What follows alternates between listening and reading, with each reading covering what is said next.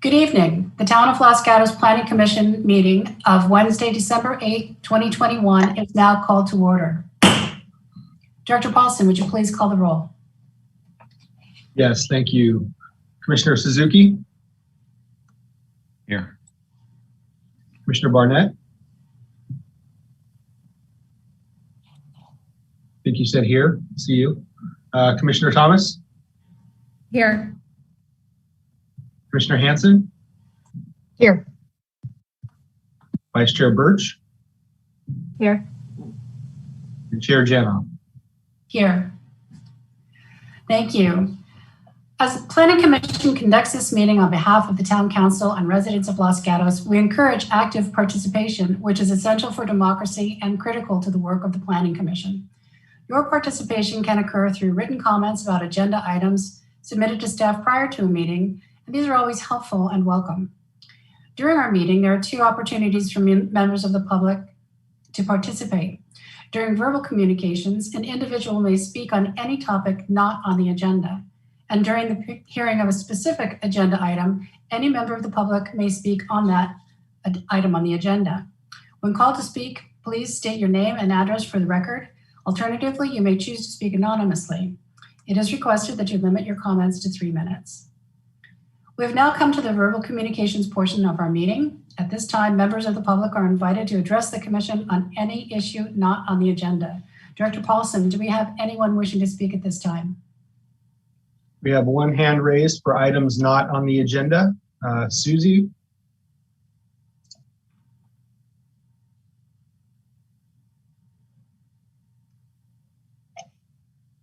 If you want to unmute yourself, you have up to 3 minutes. I apologize. I was wanting to speak on behalf of Marchmont. I did it wrong.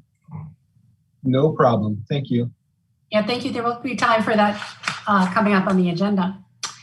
All right, our next item is the consent calendar. We have one item to be acted upon with a single motion, which is approval of drafted minutes of the November 10, 2021 Planning Commission meeting. Do any commissioners or members of the public wish to pull this item from the consent calendar?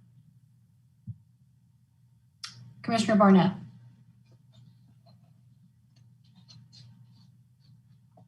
And you're on mute. Doesn't show that you're on mute, but we can't hear you. Yeah. Commissioner Barnett, could you restate your question or concern? We can't hear you.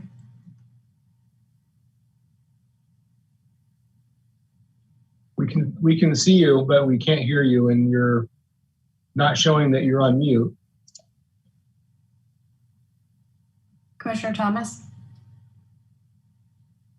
Can I help Commissioner Barnett try to connect?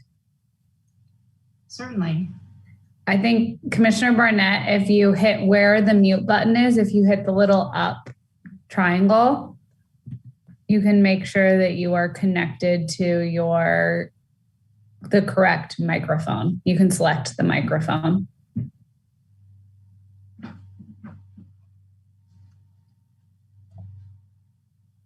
And you probably want to select the one associated with the computer, or try if there's multiple options for the microphone, then try them out, and then maybe we'll be able to hear you.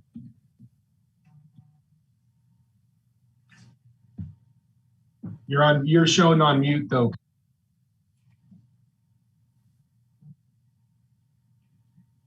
No.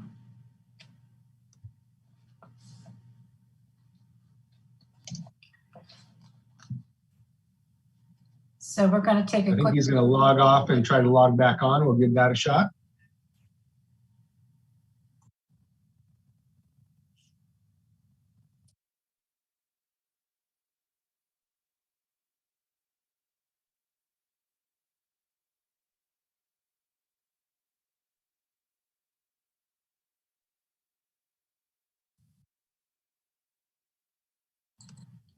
Still can't hear you.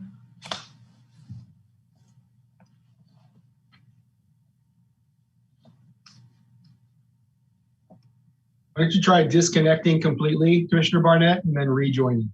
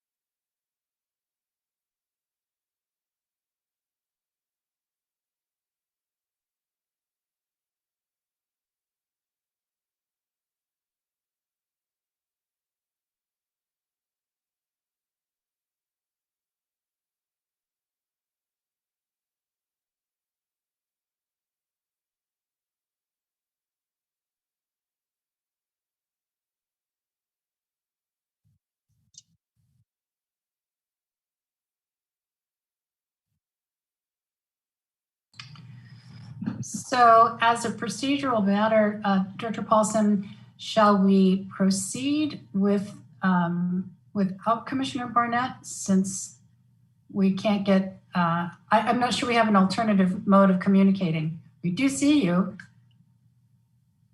Cell phone. You can try calling in. Using the You call. can try the phone number on the. You can call in on your cell phone and be logged in under two of you.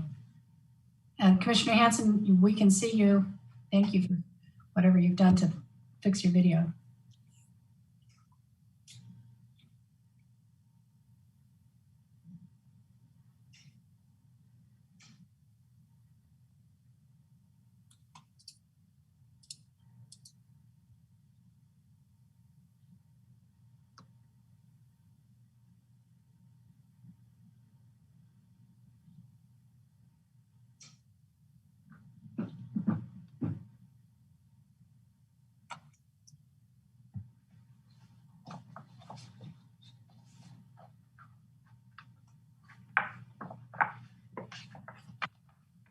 So as Commissioner Thomas was saying, Commissioner Barnett, if you click on the mute, that little pointed arrow, the instructions under it will actually say to switch to your phone audio, and it will give you the number to call in.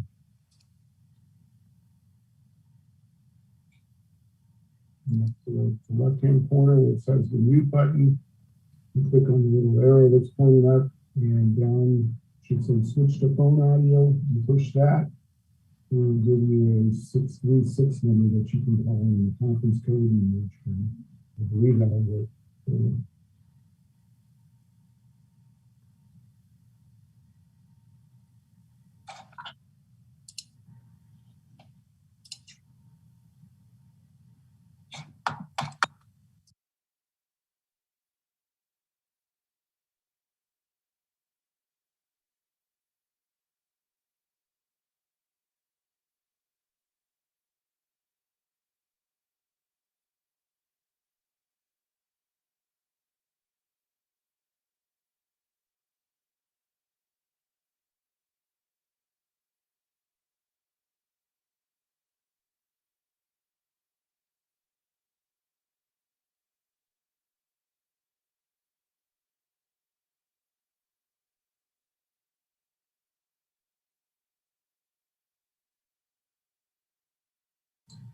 Just like to thank the members of the commission, staff, and the public for being patient while we try to work through these issues. It's very important to us that all present commissioners can participate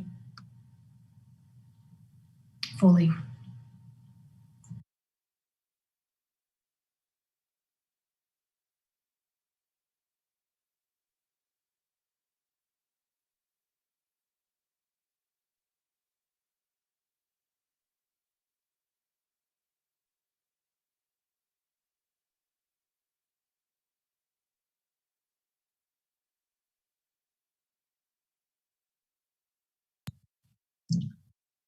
Your phone's not working either?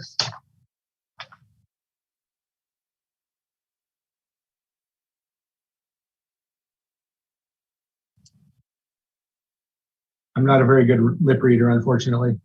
Did you try dialing the 877? Let me try one other thing real quick. Hold on one second.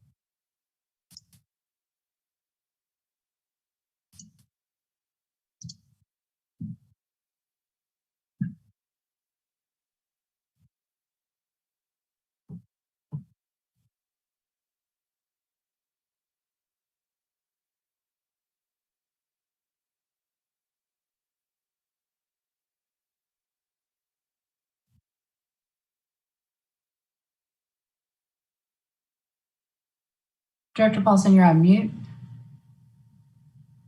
Thank you. Why don't you try talking right now, Mr. Barnett, see if that helped? We can't, unfortunately. And if the 877 number on the agenda did not work, and then the conference code that's on there, that didn't work either. Mr. Schultz, I assume he probably shouldn't participate. He's not going to be able to ask questions or.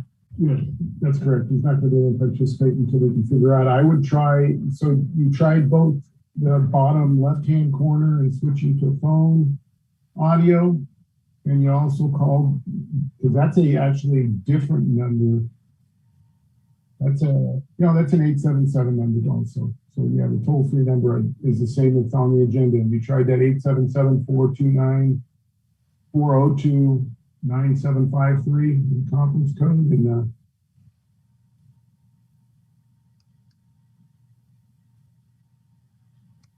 Again, that number is 877-402-9753.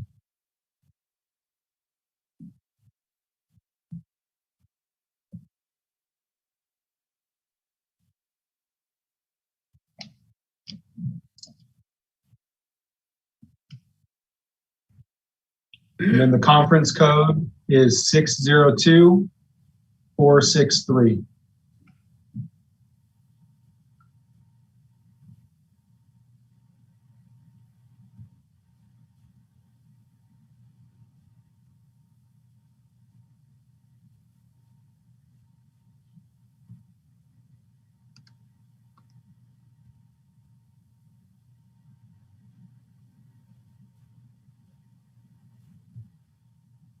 Okay, doesn't look like that's working either. Sorry about that. All right, so maybe Commissioner Barnett could completely log out on all devices. If you can manage to log back in only on your cell phone, that might work too. So you can give that a try. yeah, I would just, Commissioner Barnett, you'll have to log out, and then I would go into your Zoom account, and you can test your speaker and test your microphone on your Zoom account. If you go to settings in your Zoom account and try to figure out, and once you test and you get your speaker and your microphone working, then you can log back in. All right, so while Commissioner Barnett is trying to troubleshoot the situation, looks like help is arriving. Shall we hold off on the consent calendar? I know that Commissioner Barnett had a comment and perhaps an objection to make. Sure, that would be fine. You can come back to a consent calendar later if he's able to log back in, and then move on to our agenda. Okay, so then we will move on to the public hearing agenda item number 2, and hope that Commissioner Barnett is able to rejoin us, and then we'll close on the consent calendar at the end of the meeting. Okay, so agenda item 2 is requesting approval for demolition of an existing single-family residence, construction of a new single-family residence, and site work requiring a grading permit on property pre-zoned R18, located at 16010 Winterbrook Road, APN 523-26017, architectural and site application S20016. Property owner Drew and Carrie Brown, applicant Gary Colsat, project planner Ryan Safdie. Are there any disclosures tonight? All right, thank you. And may I see a show of hands of commissioners who have visited this property? All right, thank you. I understand Mr. Safdie will be giving the staff report for this item. Yes, thank you, commissioners. Before you tonight is a proposal to demolish an existing two-story single-family residence and construct a new two-story single-family residence at 16010 Winterbrook Road. As mentioned earlier, the property is pre-zoned. The property has been approved for annexation into the town by the town council and is currently pending LAFCO review. The applicant is proposing to replace the existing 2,394 square foot two-story residence and 462 square foot attached garage with a new 5,463 square foot two-story residence and 795 square foot attached garage. The proposal also includes a 2,873 square foot cellar directly below the first floor. In addition to the excavation proposed for the house and cellar, a grading permit is being requested for the proposed driveway modifications, on-site parking area, fire truck turnaround, landscape areas, and access around the proposed new footprint. The proposed house would be located in approximately the same location as the existing residence, roughly 200 feet from Winterbrook Road. The existing and proposed residents are almost completely shielded from view along Winterbrook Road due to the existing and proposed trees. The maximum height of the proposed residence is roughly 28.5 feet, where 30 feet is allowed. The existing residence is actually 29.5 feet tall, measured to grade below. The applicant is proposing to lower the grade around the residence by roughly 2 feet, resulting in a height reduction of roughly 3 feet from what is existing when viewing the property from Winterbrook Road. The request is being considered by the Planning Commission because the proposed home would be the largest in terms of floor area in the immediate neighborhood. However, the subject property is over twice the size of the neighboring properties in the immediate neighborhood and would be the second smallest in terms of floor area ratio. The proposal is in compliance with allowable floor area, building coverage, setbacks, height, on-site parking, and all applicable sections of the hillside development guidelines and standards related to grading on properties greater than 10% slope. No exceptions are being requested. The project has been reviewed by both the consulting arborist and consulting architect, and the applicant has revised their plans to incorporate all these recommendations. Based on the discussion provided in the staff report, staff recommends approval of the application, subject to the conditions of approval and required findings. And that concludes staff's presentation, and we are happy to answer any questions. Thank you, Mr. Safdie. Do any members of the commission have questions? Yes, Commissioner Hanson. In the consulting architect's report, the consulting architect did mention that the one issue he thought might be an issue would be the neighbors on Stephanie, which were behind the house. And I didn't see any comments from neighbors in the addendum or desk item or the package. And I'm just hoping I didn't miss something that was supposed to be there. So I'm asking staff, did either of those neighbors comment? There actually was a comment. It should have been in the public comment sections of the report. The property owners, they requested to remain anonymous in terms of their name and address, but the picture they submitted is from behind the house, and they did have concerns with their view of the hillsides being blocked. Okay, all right. So I did miss that. I thought I had gone through it a couple of times, but thank you. Any other questions for staff? Yes, Vice Chair Birch. So following up on Commissioner Hanson's question, because I was looking at this photo also, I want to clarify that the story poles that we're seeing that represent the proposed home are, from what you just said, the home is actually sitting lower. The proposed home will sit lower than the existing. Is that correct? Yeah, the highest peak of the proposed house will be lower than the highest peak of the existing house. Okay, thank you. Any other questions for Mr. Safdie or staff? I don't see any hands raised, so at this time, we will open the public hearing and give the applicant up to 5 minutes to address the commission. Thank you. Whoever's going to speak on behalf of this application, please raise your hand. We'll now allow Mr. Brown to speak. You can unmute yourself and you have up to 5 minutes. Good evening, and thank you for the opportunity to speak tonight. We are Carrie and Drew Brown. We have 4 great kids, 1 boy and 3 girls, as well as a dog and a cat. I grew up in Los Gatos. I played Little League at Blossom Hill. Our 2 oldest kids now get to play Little League there. We had always hoped to be able to provide an environment like what we grew up in to our kids. And in 2014, we had the good fortune to be able to return to Los Gatos, and we started looking for our dream property. When we first pulled up the driveway, we absolutely fell in love with the property. It was a large lot, almost an acre, set back off the street with lots of privacy. We put an offer in on the house. We discovered that I had been in mommy and me classes with the sellers and their son.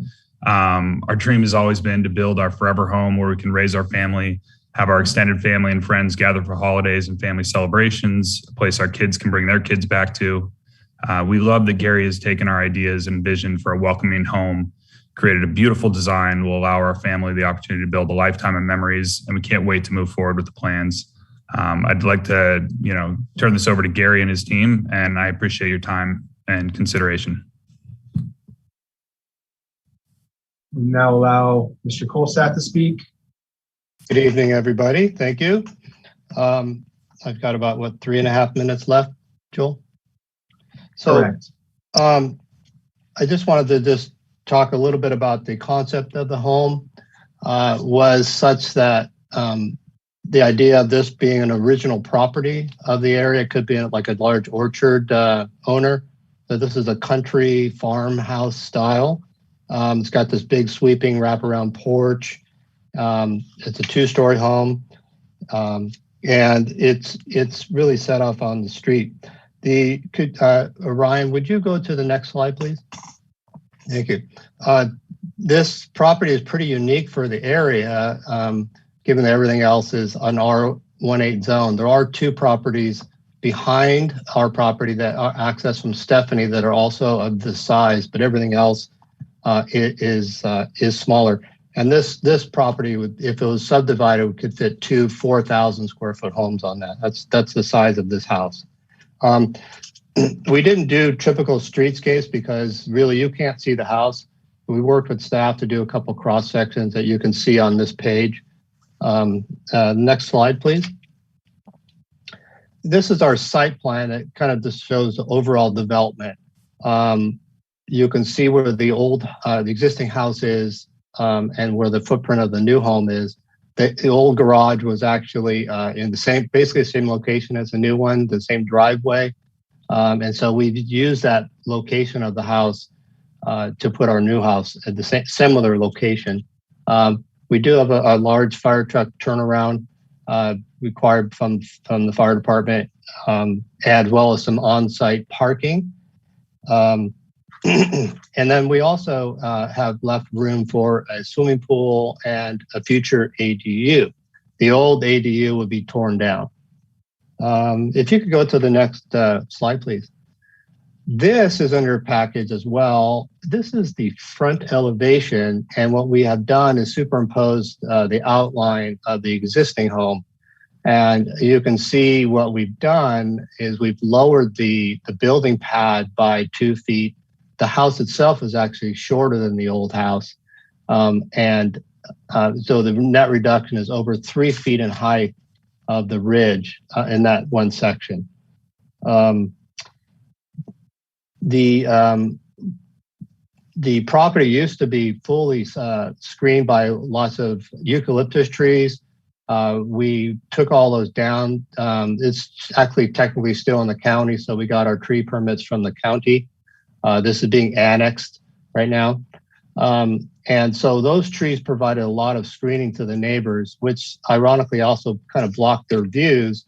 And so now that the trees are down, the neighbors are enjoying quite the view, but now they'll be, in the future, hopefully, if you approve this house, they'll be seeing new trees that are regrown to take those place of the eucalyptus, which are a fire hazard. So just I'd like to conclude with my last slide. This is another rendering that was not in your package. It kind of gives you the flavor of this house again. It really, we feel that it fits Los Gatos, it fits this property. it's such a unique property that I hope you guys can consider this as a special property in light of the size that we're asking for. And I would not think that you're setting any kind of dangerous precedent by approving this house. Thank you. And I'm happy to answer any questions. I'll do my best to do what I answer. Thank you, Mr. Colsat. Do any members of the commission have questions for the applicant at this time? Commissioner Hanson. Okay, so I did just look at the letter that came from the neighbor, and they are saying that based on the story polls, it's going to ruin their views and whatnot. So could you comment on why that shouldn't be an issue for them, if that's how you feel? Well, their house has views to the south and also to the southwest and essentially or to the west. And they're talking about in their photograph the view to the west, which is a relatively new view for them. As I tried to explain, that the trees blocked a good portion of that view prior to us removing them. We looked at several options for this house to design it, and we are on the flattest part of the lot. We're doing the least amount of disruption and disturbance to the property. They have a 2-story house that looks towards us, and we have a 2-story house that looks towards them. So the privacy itself can be mitigated by our landscaping.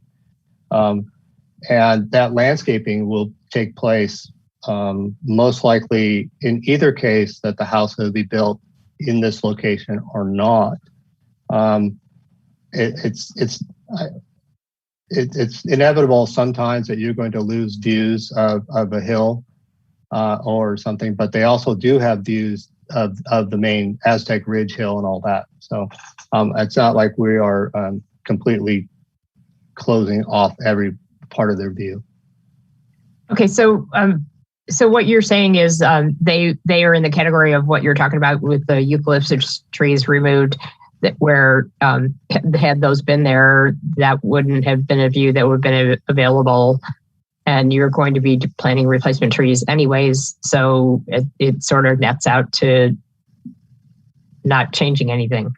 Yeah, Commissioner Hanson, when we first designed this house and we kind of figured out where the massing was going to be, we analyzed that the trees are still in place, so it never really became an issue.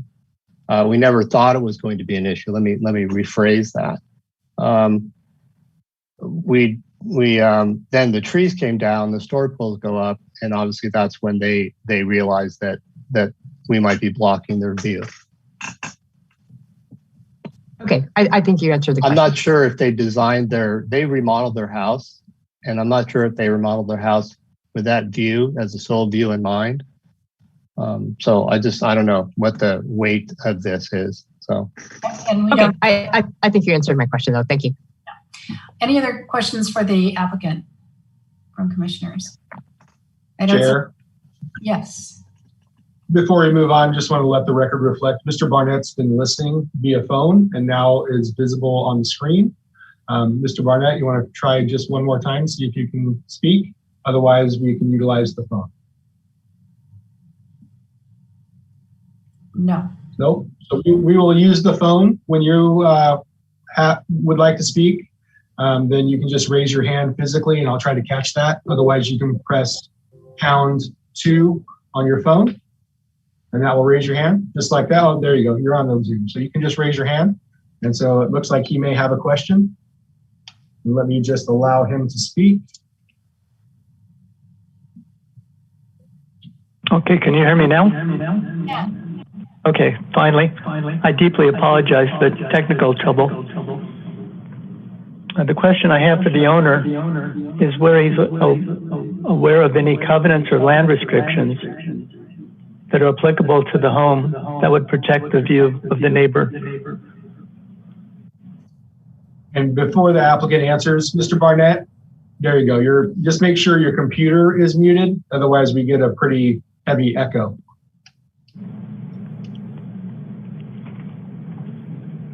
All right, this is Drew Brown. No.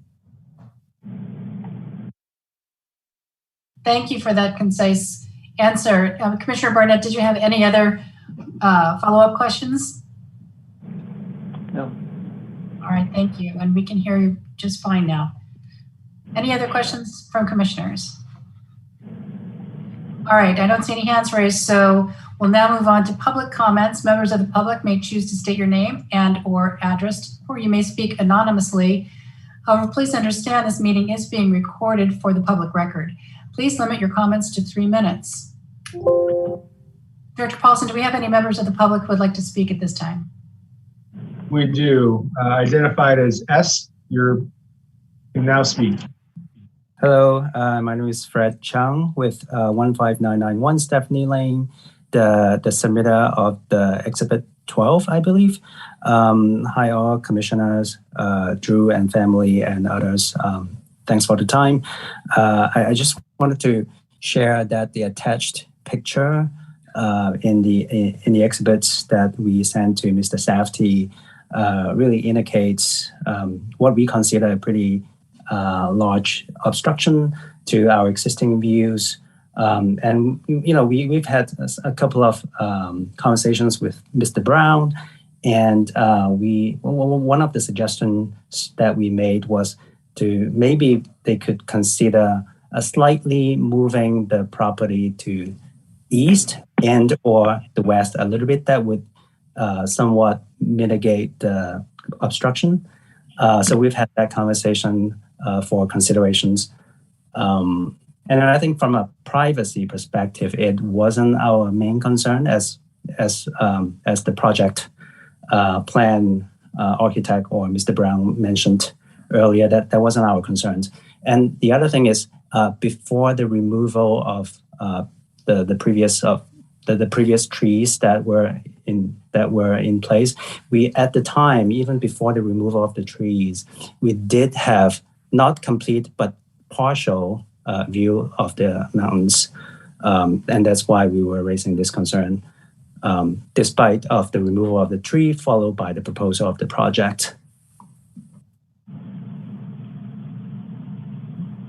So just wanted to voice our suggestions to potentially consider moving the outline of the properties to the east, west, or slightly to the north, east, west. All right, thank you for your comments. Thank you. Vice Chair Birch has a question for you. Please don't go away. Yes, I believe you mentioned that you had discussed these suggestions with the applicant. Could you share any feedback that they provided you at that time? Yeah, so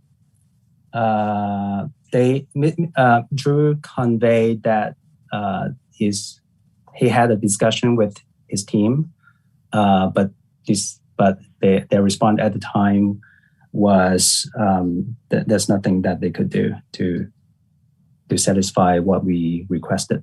Yeah. Thank you. Yeah, we did have that conversation, and Drew did get back to us. Thank you. Any other questions for the speaker? I don't see any hands raised. Director Paulson, do we have any other speakers who would like to make comments at this time? We do. The next speaker will be David.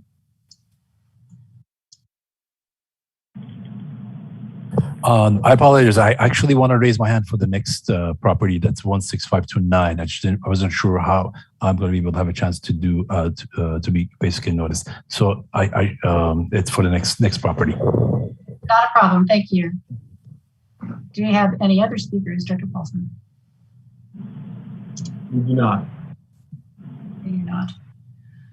All right. So at this time, we will invite the applicant to come back before the commission, and you have up to 3 minutes to add any further comments. Do you wish to speak?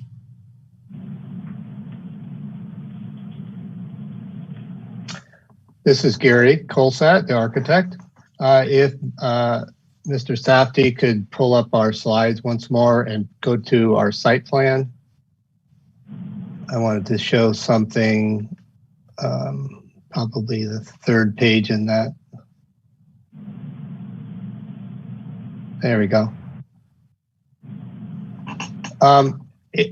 You can see where the old garage, so we looked at moving the house to the north, which would help the neighbor the most in getting some more of the view. And the existing garage is very tight to the back property line. We needed just a little bit more room to make more current backup dimensions work for us. As you can see, there's a retaining wall parallel with the back of the garage or the face of the garage, which really prohibits us from moving it much farther to the north, or else we would have done that. That would have been our approach to this. The master bedroom itself is actually on the southern part of the second story, which is the primary blockage of that. So that is something that would be very difficult to move that entire suite somewhere else. We're actually stacking over the garage and almost the entire first floor. So it's very difficult to change the massing of this house. If Mr.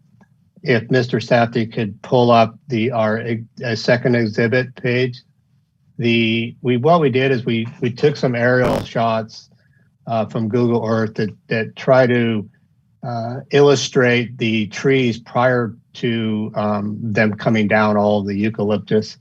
And you can see that there are trees. We also have some old street views from Stephanie to just try to help. This is where we were coming from anyway. This is the neighbor's home, looking from the street prior to their remodel. This is the best we could do, and they could see those trees behind the house. I don't have a picture. His photo handy. That's in the staff report in the desk items, but you could see that he took from his house, from his second story. But yeah, we really tried. We felt really bad that we're losing. He's losing some of his view. We tried to do everything we could to make that happen, but we just faced geometry and math. It was just the math. So anyway, I just really think that this project is something that fits the area so well. I'm extremely proud of it. I'm extremely happy to be working with the Browns on this. And I just want to thank the rest of my team as well for us coming to this project right now. So thank you. Thank you for those comments, Mr. Colsett. Do commissioners have questions for the applicant at this time? I do have one, Mr. Colsett. Can you speak to the LRDA and the effect of moving the house in any particular direction? Would there be an effect, or is your LRDA large enough that it would accommodate movement? The entire property, minus the slope side down of the driveway, is in the LRDA. So this house could slide to the east or the west, not to the east because we're at the side setback, but it could slide to the west a little bit. But then we start to move ourselves down the hill, and I'm not sure if that would help the view or anything else, and it takes away from the setting of the yard and how you come up into the house from the driveway. All right, thank you. Any other questions for the applicant at this time? I don't see any hands raised. All right, so I will now close the public hearing on this item and ask commissioners if you've got questions of staff, any comments on the application, or would like to introduce a motion for consideration. Commissioner Hanson. I would say that, the only reason this was referred to us was because it's going to be the largest house in the neighborhood, which is what staff needs to do. But I think there is certainly adequate justification for the larger house based on the size of the lot. And it's not really setting a precedent in the neighborhood, at least not that particular street, because every single lot is much, much, much smaller. So it wouldn't be possible for anyone to build a house that large. and it's not breaking any of our codes whatsoever. So then the only issue is the neighbor that's upset, but there isn't really any guarantee in our town standards to guarantee views of the hillsides. Maybe there will be at some point in the future if there's a way to measure it, but there aren't any right now. So I have to say overall, this is a very well designed project that is supportable for approval. All right, thank you for those comments. Commissioner Tabana.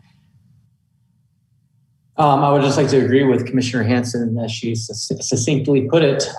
They checked every box. I do support the project after reviewing it. It's a beautiful, well-designed home. And as was already stated, there's no guarantee to views. Down the road, they can plant more trees. There can be screening coverage, which doesn't guarantee the views of the hillside. So for that reason, I will be supporting this project tonight.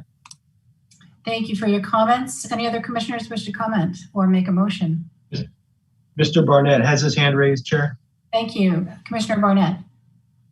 Yes, can you hear me now? I can, we can. Oh, excellent. I just had a question for the town attorney. I generally agree with all the comments that have been said, and I support the application. But I wanted to verify with the town attorney that there's no legal right of the neighbor to view in this case. That is correct. So the town attorney says that is correct. So do you have any further questions, Commissioner Barnett? No, I don't. Okay, thank you. It sounds like we have some general agreement. Vice Chair Birch. Unless anybody has other comments, I'll try to venture a motion. Thank you. Okay. I will move that we approve architecture and site application S-20-016, requesting approval for demolition of an existing single-family residence and construction of a new single-family residence and site work requiring a grading permit on property pre-zoned R18. I can make the required findings for CEQA. The project is categorically exempt.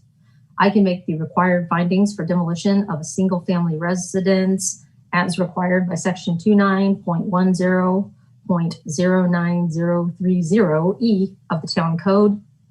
The required compliance with the zoning regulations meets the objective standards of chapter 29 of the town code. The project is in compliance with the applicable portions of the hillside development standards and guidelines.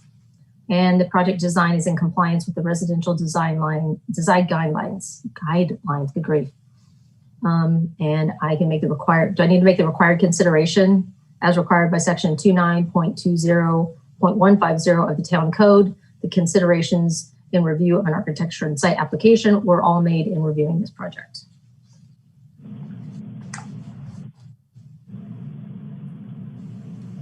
Commissioner Hanson. I will second the motion, and I'm assuming that it includes the terms and conditions in Exhibit 3. Yes, thank you. It does. Thank you for that second. Any comments on the motion? I don't see any hands raised, so we'll call the question. Commissioner Hanson. Yes. Commissioner Tabana. Yes. Commissioner Barnett. Yes. Commissioner Thomas. Yes. Commissioner Suzuki. Yes. Vice Chair Birch. Yes. And I vote yes as well. So the motion passes unanimously. Director Paulson, are there appeal rights? There are. Thank you, Chair Hanson. Anyone who's not satisfied with the decision of the Planning Commission can appeal that decision to the Town Council. Forms are available online and at the Town Clerk office. There is a fee for filing the appeal, and the appeal must be filed within 10 days. All right, thank you. We'll now move on to item number 3, which is requesting approval for construction of a second-story addition to an existing single-family residence on property zone R18, located at 16529 Marchmont Drive, APN 532-09033, architecture and site application S21028. Property owners and applicants are Brendan and Mary Cassidy. Project planner is Aaron Walters. And Aaron Walters is unavailable this evening, so I'll be making the staff presentation. All right, thank you, Ms. Armour. Are there any disclosures? And may I see a show of hands of commissioners who have visited this property? All right, thank you. Ms. Armour, we look forward to your staff report. Thank you. 1 second. I'm not sure. It looks like he has dropped off. I was going to say, I believe Mr. Barnett needs to recuse himself,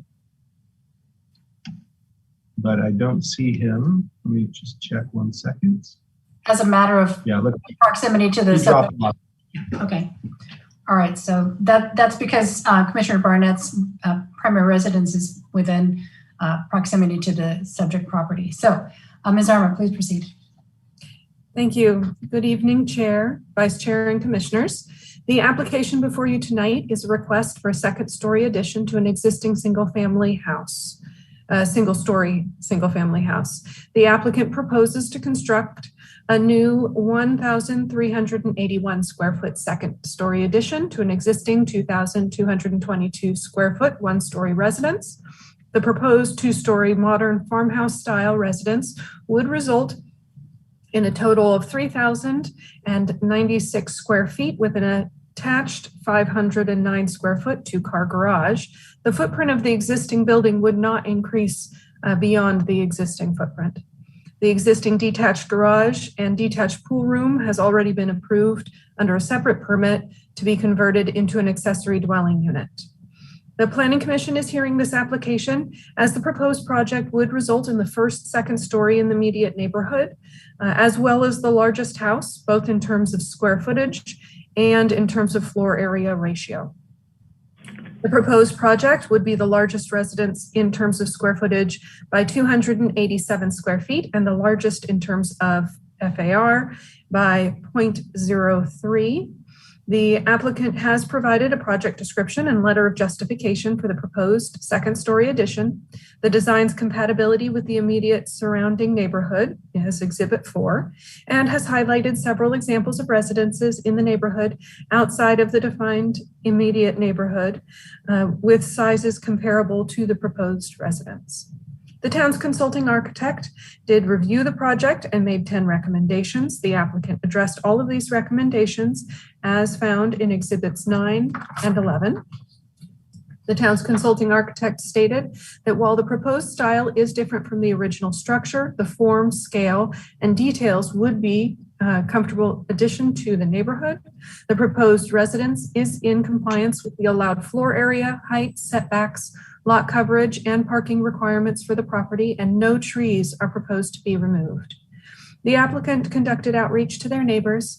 The neighbor to the left expressed concerns that the new second-story addition may shade their existing one-story roof solar panels. The applicant coordinated directly with that neighbor to offset any solar loss that might result from the second-story addition by offering to install additional solar panels. The neighbor provided confirmation in the desk item that you received today. An addendum and desk item have been provided. The addendum and desk item included letters of support and concern, the applicant's response to concerns, and images of the two-story homes outside the immediate neighborhood. This concludes staff's presentation, but we'd be happy to answer any questions. Thank you, Ms. Armour. Do any commissioners have questions for Ms. Armour or staff at this time? Don't see any hands raised. So we will now open the public hearing and give the applicant up to 5 minutes to address the commission.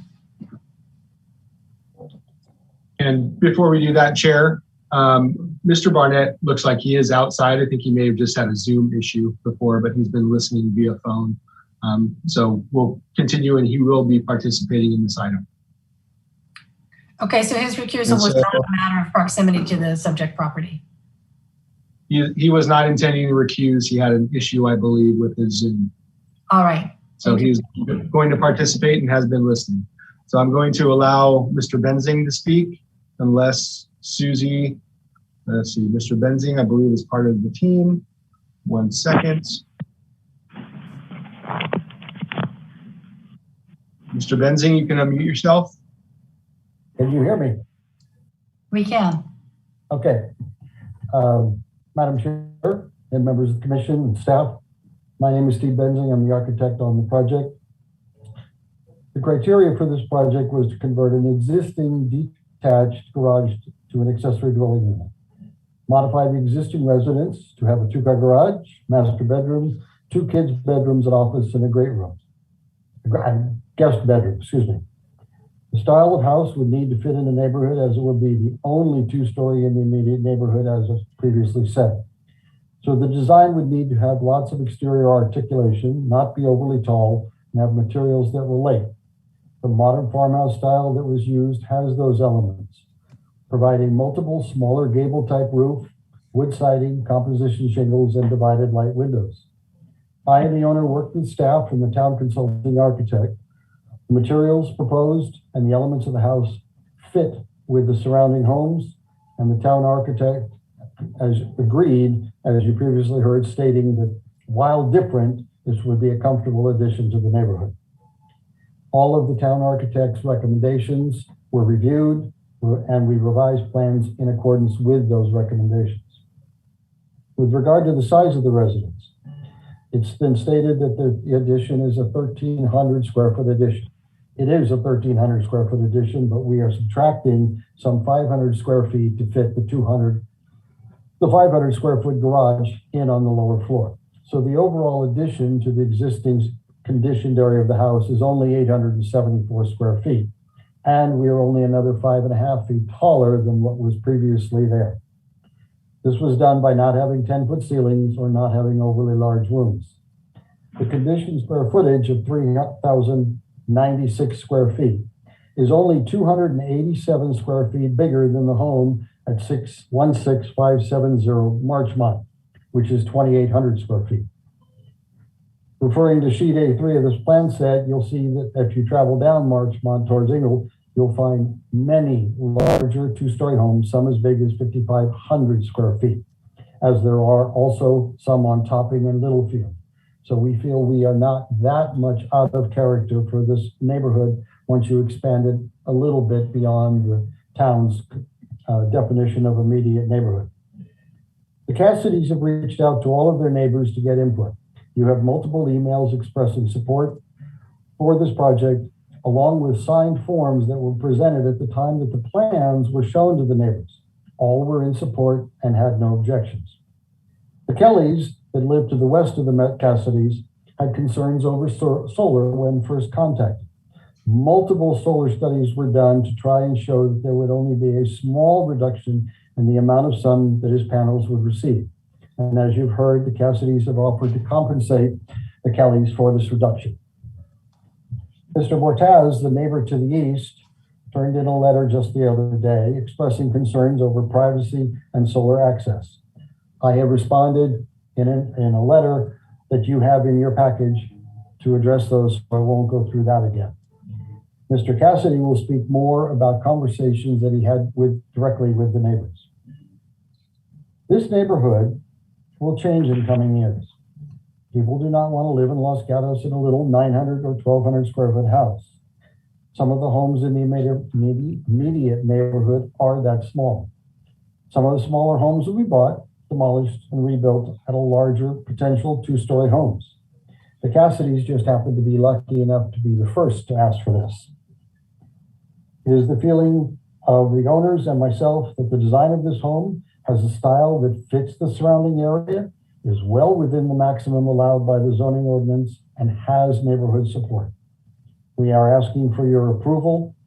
Thank you, and I can answer any questions you might have. Thank you. And Director Paulson, is there time remaining for the homeowner if they wish to speak, or are we out of time? There's approximately 1 minute left. I will allow. Yeah, Mr. Benson indicated. Yeah, great. Go ahead, Mr. Cassidy. Yes, can you hear me? We can. Okay, great. Thank you. Yes, thank you for the opportunity, obviously, to present our proposed plans for an addition to our home. My name is Brendan Cassidy. My wife, who is also on the line, Mary Cassidy. Like Drew, who spoke earlier, both of us grew up in the Bay Area. She grew up in Saratoga, and myself in Mountain View. We moved to Los Gatos 9 years ago, and we couldn't imagine leaving this neighborhood or this community. We love it. We want our children, our sons in first grade, our daughters in fourth grade at Blossom Hill. We want them to stay in the school system, in the school district, through elementary school, junior high, and graduate from Los Gatos High School.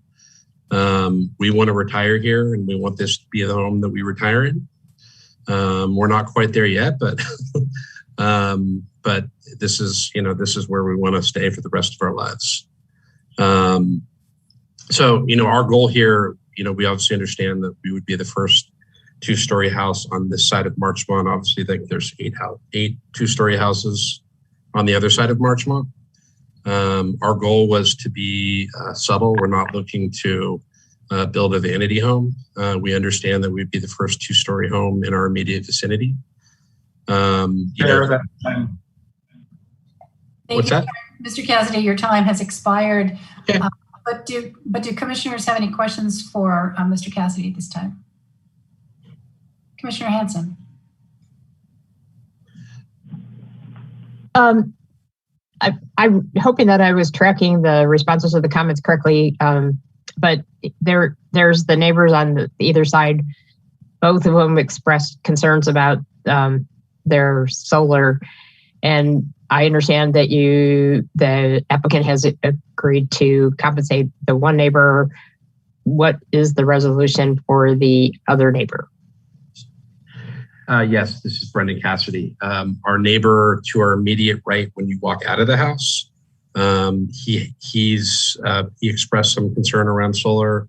We actually created an agreement and a contract in which we would offset any sort of loss from a solar standpoint for them to install additional panels. Our neighbor to our left when you're walking out of the house doesn't have any solar panels. Obviously we couldn't ask to offset solar loss because he doesn't actually have any solar panels installed.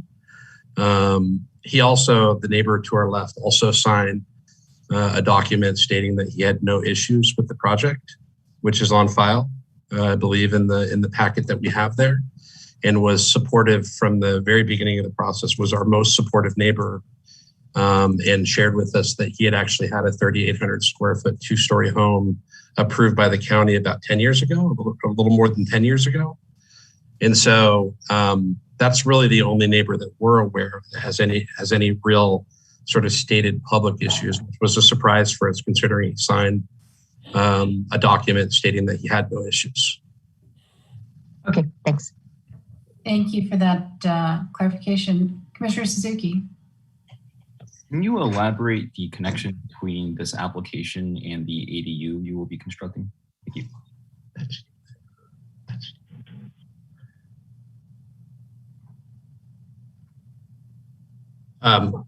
This is Brendan. I'm going to let Steve speak to that. May I hear the question again, please? Can you explain the connection between this project's application and the ADU that will be constructed?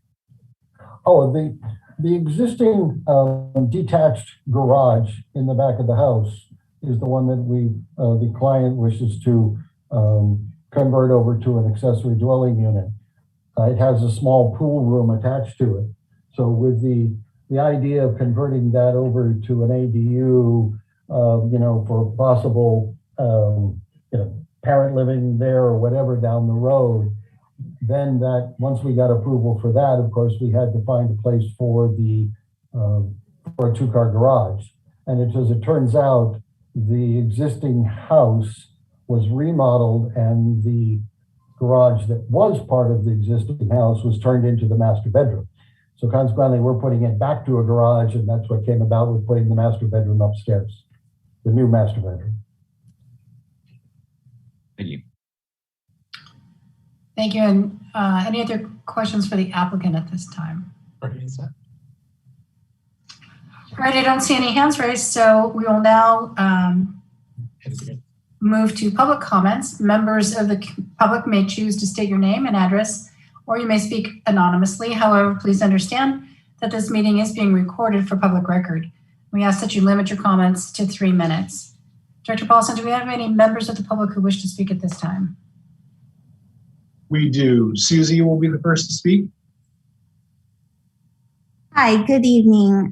Thank you for giving me the opportunity to speak on behalf of the Marchmont project. I live on Inglewood Avenue in a single family home that is surrounded by homes ranging anywhere from 4,000 to 5,500 square feet. I am in support of the Marchmont remodel. I was born and raised here in Los Gatos. My grandmother lived on Topping when I was younger. I've watched the neighborhood evolve over the past 45 years. I have particularly seen a lot of change in the past 10 years. Our neighborhood consists of single and two-story homes. I have seen the plans and the story polls for this remodel, and it's beautiful. I feel that the Marchmont project is very conservative to our neighborhood and the surrounding homes. In closing, I'm very much in support of this project, and I think it would only add to our beautiful neighborhood. Thank you. Thank you for your comments. Do commissioners have questions for this speaker? I don't see any hands raised. Director Paulson, do we have other speakers? Next will be Skylar.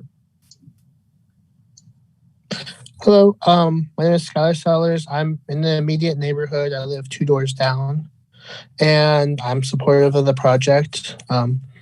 I would like to see more 2 stories in the neighborhood. I plan in the future to build a 2-story as well, and I've seen the plans. It looks beautiful, and it makes sense, and it's a fit for the neighborhood. And yes, I'm very supportive of it, and I'm hoping it gets approved. Thank you, Mr. Sellers. Do we have any other speakers at this time? We do. 1 second. Next will be David. Hi, this is David Mortaz. I'm the infamous neighbor actually mentioned earlier on. The comment made about our letter basically in support of the project was the first time actually the applicants acknowledged us as being their neighbor. This is the first time they appeared. So the conversation we had on the porch was prior to seeing any of the plans. And now that we've basically seen the plan and seen the impact of it on the privacy and also this the shadowing requirement is what's basically of a concern to us. I've had a conversation with the Cobalt solar team I believe they are based in Palo Alto. It's the same company, I believe Kelly's, the other neighbors have used. Basically, based on their early assessment, they're saying that addition is going to create so much shadowing. The nearby roof that's adjacent to the project will be basically completely useless for installing solar panels. So we've actually had scheduled the plan for them to come and visit the site to basically give us a much better estimate. But at the same time, while we're waiting for that assessment of what's going to happen for our property, we're basically going to be eliminated as a candidate for having solar. What I'm interested in finding out is why is the addition, second story addition is not centered on the property, is actually leaning, it's actually at edge of our side of the house. So if there was an opportunity for the addition to be moved to the center of the buildings, center of the basically elevation, and also maybe moved forward, that will probably reduce the impact of it, of the shadow and on our property, on our roof. The second thing I'd like to basically find out is if the neighbors are going to be doing any plans to mitigate, because I believe from one of the elevations I've seen, there's more than 4 windows are going to be looking for our side. What I'd love to get from town architects is that if they've seen any basically plans to install privacy glass or style of windows that are going to be available to the applicants that are going to be able to kind of visibility to our side of the property. So with that, I'd like to basically recommend town planning commission to hold off on the final vote till we have heard from the investigation on the solar installer. All right, thank you, David, for your comments. Vice Chair Birch. So I would like to confirm with the speaker, have they met with the neighbor? Has the neighbor come to you to review these plans prior to the meeting tonight? I got the impression that you were kind of seeing these for the first time. No, actually, we have not reviewed them. They basically, the first time they approached us is when they wanted us to sign and endorse their plan. That was the first time they ever said hello to us. So that's the first time. So since then, we have not met with them. And basically, when the elevation and the tents went up, that's where basically we started basically taking the plan seriously to find out if there is an opportunity for us to come to talk to them. And we've talked to the Kellys on the other side. They also have similar concerns about what the project's going to do. Like I said, I think the project meets the requirements of the guidelines of the town. But if there's opportunities for the project to be adjusted to minimize the impact on our privacy and also on shadowing, I'd love the town architect also comment on that fact that if they could move the addition, center it to the top of the property, and also maybe move it forward, then probably eliminate the huge amount of risk that basically is the damage they're going to have to our roof, not getting sun. Thank you. All right, thank you for your comments and question. Any other questions for this speaker? I did want to just make one comment. We won't be sending this back to the town architect. Generally speaking, the town architect will review something once and it goes forward to the planning commission from there. But I did want to just double check, Mr. Mortez, you say that you don't know yet because you haven't had the on-site solar evaluation. You don't know what the current plan's effect will be on your potential solar installation. Correct. I had a conversation with them and they basically said that based on the Google Earth reviews they're seeing, potentially the addition is going to eliminate the opportunity for us for them to be able to install the 6 kilowatt minimum that they require on that side of the roof. All right, thank you. But they wouldn't confirm until they sent somebody on site. Of course. Thank you for your comments. Sure. Any other questions for the speaker? I don't see any hands raised. Dr. Paulson, do we have anyone else wishing to speak? Yes, next will be Eva.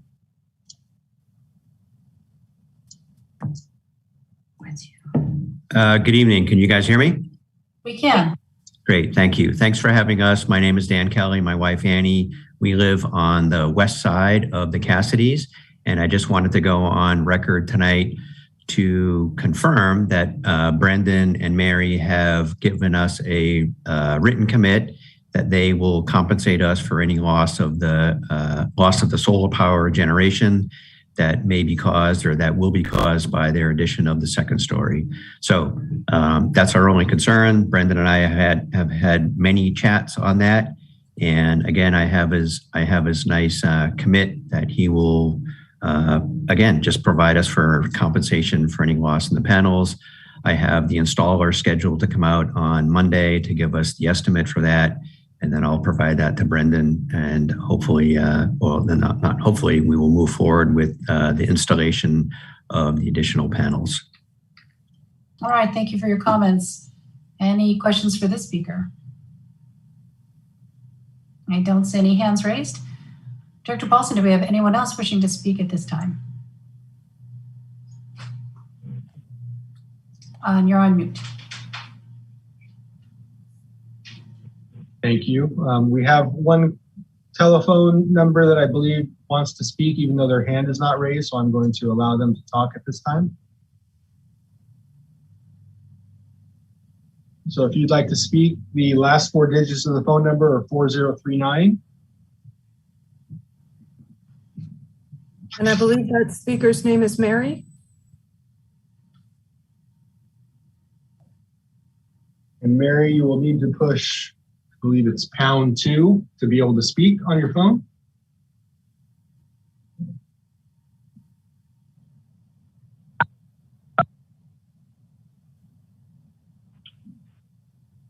Are you there?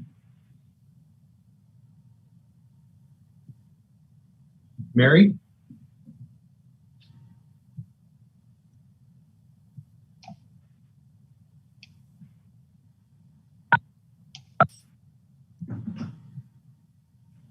Mary, if you want to speak, you should be able to speak at this point.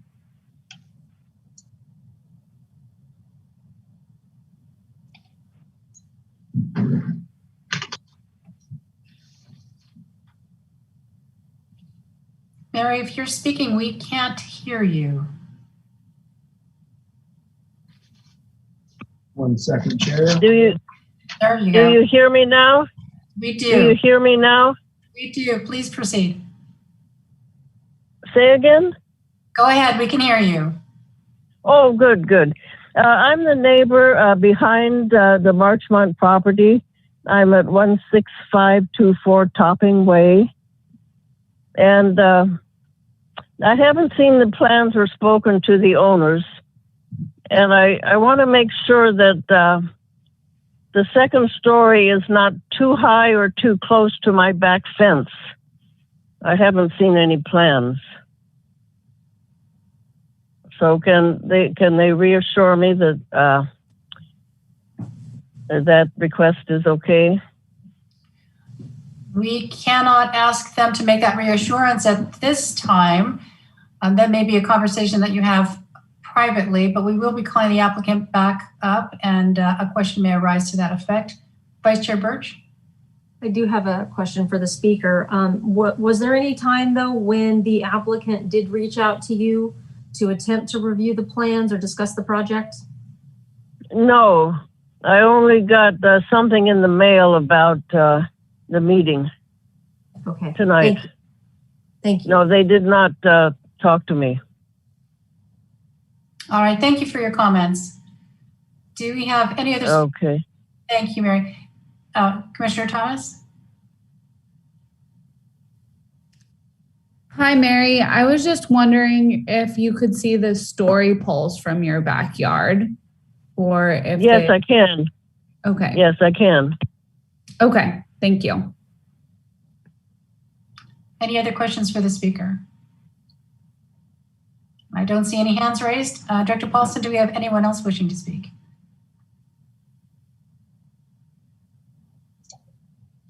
I do not see any other hands raised other than the applicant, who will have 3 minutes following public comment. So I believe we can move to that point now. All right, so we'll invite the applicant to return to speak to the commission to address any questions or concerns that may have been raised by the previous speakers. Go ahead, Mr. Cassidy. Hi, my name is Mary Cassidy, and I just wanted to say how much all of this means to us to be able to build our dream home. And just to give just a quick review that before we started out on this process, we did make an extensive amount of effort to contact our neighbors. In fact, I went by foot, knocked on doors. We had our architect make a tentative draft plan of the outside of the house. We went on 3 different occasions to all of our immediate neighbors. Most of them we eventually got verbal consent from. The ones that we never heard from, we left an envelope with a notification form to mail back or to send back to our home. So we went to a considerable amount of effort because we wanted to make sure that our neighborhood really liked our plans. That was important to us. We've lived in this neighborhood for almost 10 years. And we recognized that the homes on Topping, such as Mary's, we can't see her house at all because of the extensive amount of trees. So we're not able to see, even with our addition, any of those homes because they're all blocked by massive trees. So we cannot see into her property. We also made verbal contact with David several times and Dan and all the other existing neighbors, especially across the street as well. And Teresa even said how wonderful and exciting this addition would be. And it's a welcome part of Marchmont.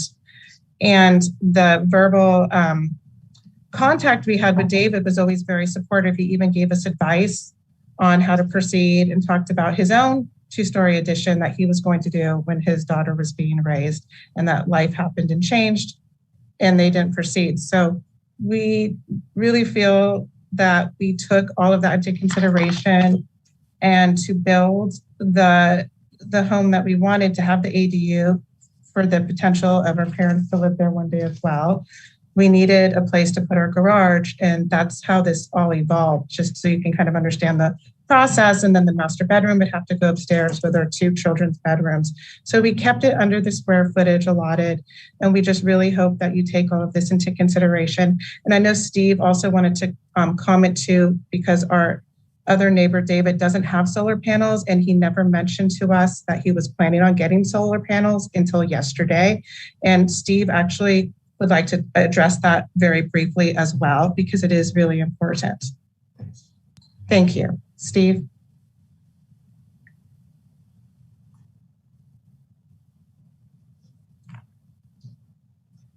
Steve? Sorry.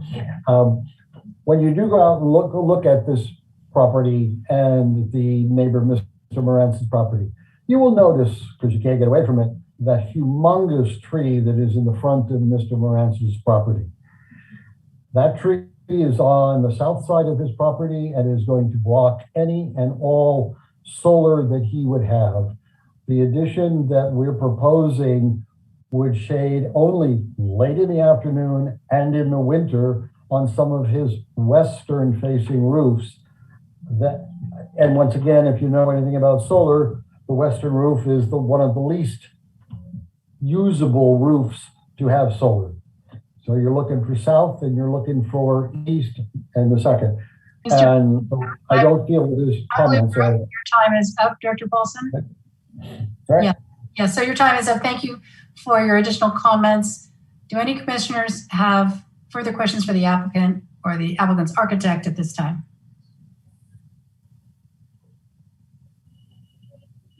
I have one for the Cassidys. We heard just now from a neighbor behind you on Topping.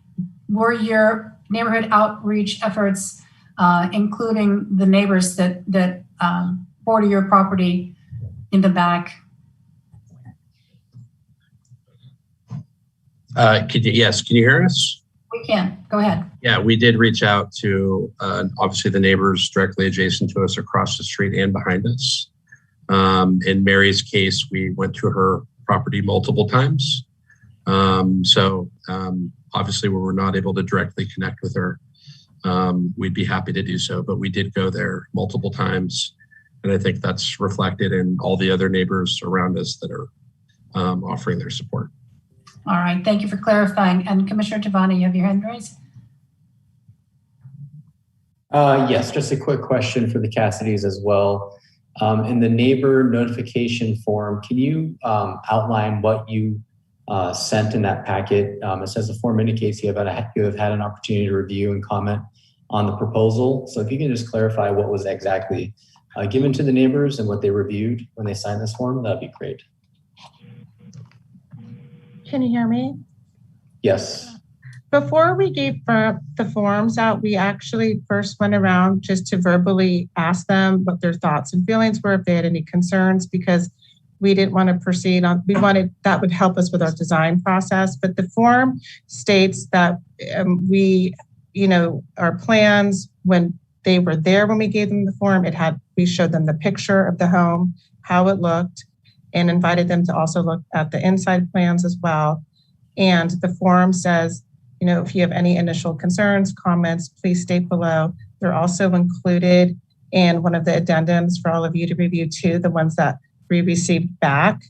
So, and then we also verbally ask them too, because we do talk to our neighbors, and just, let us know any concerns. And there was zero concerns except for Dan, which we worked with. And I believe his solar study showed a 3 to 5% deduction, and our architect showed less than a 5 to 10% in the winter months. And we still felt that was important to compensate the less than 5% reduction of solar. Thank you for that. Thank you. Any other questions for the applicant or the applicant's architect? Commissioner Hanson. I heard everything that was said, but I'm not. What I'm not sure about is, I've certainly heard an opinion about whether or not the other neighbor, Mr. Mortez, would whether the tree might have been an issue or the addition, but I don't think that that's necessarily been determined by the solar experts at this point in time. So were it to be determined that this did impact the ability for him to do solar, would you be agreeable to doing something about it? And the same question about the privacy, if it was demonstrated that that there was in fact a privacy issue from the windows. Oh, yes. So the windows are the certain windows that you can't see through. We had our architect do those so there wouldn't be privacy issues on David's side. So there's no way for us to look into his property. But Steve can talk more on that. So we did take all of that into consideration. Yes. And yes. Steve, do you want to add to that? Can you hear me? Yes, we can. Okay.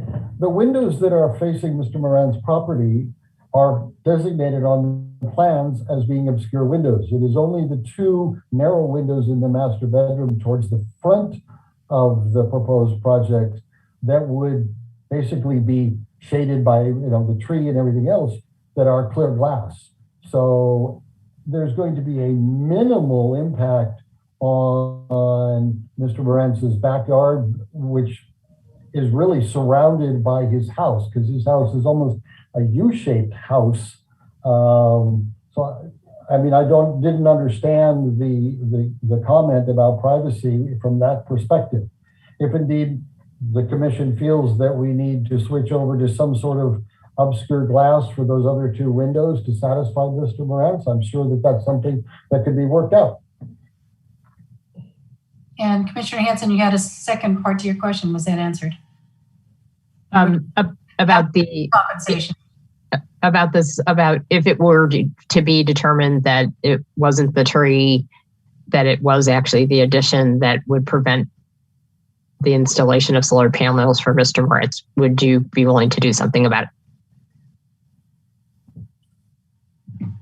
Can you hear me? This is Brendan Cassidy. Yeah, we'd be happy to, just in the same way we did with Dan, on one side, we'd be happy to get an assessment around potential future solar. Obviously, there's nothing there now, but if solar were to be installed, to find out what the impact would be from a remodel standpoint as far as impact on solar.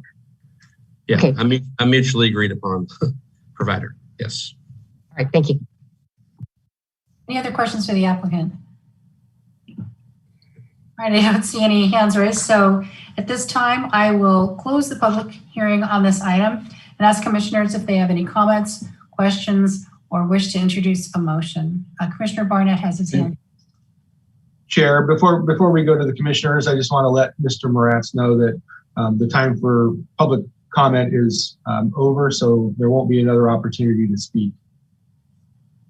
Thank you. Commissioner Barnett, did you still have a question or comment? I hope you can hear me now. We can. Okay, great. I didn't have the opportunity due to the technical difficulties to recuse myself on this matter, but I am close to the radius with this property, so I'm going to be recusing myself as a matter of being conservative. All right, thank you for that. Commissioner Suzuki. I have a question for staff. I see that on page 2, under findings, it says that the project is in compliance with the residential design guidelines for single-family residences not located on the hillsides. And then I see on page 9 of 10 that under the recommendations section, it says, based on the analysis above, staff recommends denial. And then all the way down to, of the architecture site application based on the concerns related to size, neighborhood compatibility, and consistency with the residential design guidelines. This seems a bit contradictory to me. I was wondering if I can get some elaboration on this. Yes, thank you, Commissioner. This is one of those projects where it is the first 2-story in what we define as the immediate neighborhood in the residential design guidelines. And so if you keep that narrow view, it is the largest both for that area, and it is the first, second story. And so it's hard to make the finding that it is compatible with that immediate neighborhood. But as we did discuss, and have discussed in the past on past projects, it is within the purview of the Planning Commission to consider whether a broader neighborhood could be considered in this the discussion of the proposed project. And as we presented, they did work with the consulting architect and did respond to all of their recommendations. They are not asking for any exceptions for height or floor area or lot coverage. So they are consistent with all of the objective standards of zoning. But there is this question of whether it can be deemed compatible with the neighborhood as required by the residential design guidelines. And so this is why staff is elevating it for Planning Commission consideration and discussion of that question. And Commissioner Suzuki, on page 9 of 10, we have the recommendation where we question the residential design guideline consistency, but then the portion below is if the Planning Commission determines that they think it is consistent, then they would have to make that finding. So that's why there's that discrepancy that you were noting. Thank you. Commissioner Hanson. I have a question for staff. I wanted to go explore a bit about this solar panel issue to help understand kind of where you draw the line. So obviously, I know that the state of California, as well as the town of Los Gatos, really encourages people to get renewable energy sources. And so do we have an ordinance about, building that might interfere with that? Thank you, Commissioner. No, as we stated in the staff report, there's nothing in the town's municipal code that would prohibit or limit additions that cast shadows on portions of existing solar. It may be that the town attorney has something to add to that as well, or confirmation. So I'll just add, there's nothing in the town's ordinances, and I'm not aware of any state or federal, but that would be the only other potential option. I'm sorry, the question again dealt with solar and protections? Was whether when somebody in your neighborhood's going to build and if it impacts your ability to do solar, renewable energy, is that a legal issue? So under state law, the Solar Act law only protects new landscape. You can't put in new landscape if you have solar, but it doesn't do anything to protect against construction of buildings. It doesn't do anything if you already had your landscape and it grew up, but it does specifically allow cities and towns to reject the new landscape if it was going. So that's the only thing it protects under state law. Okay, that's clear. Thank you. All right, thank you. Any other comments, observations? I'd like to add a comment with regard to the neighborhood compatibility as it relates to the residential design guidelines. And I think that while it's true that this would be the only second-story home in the 225 immediate neighborhood, that is a very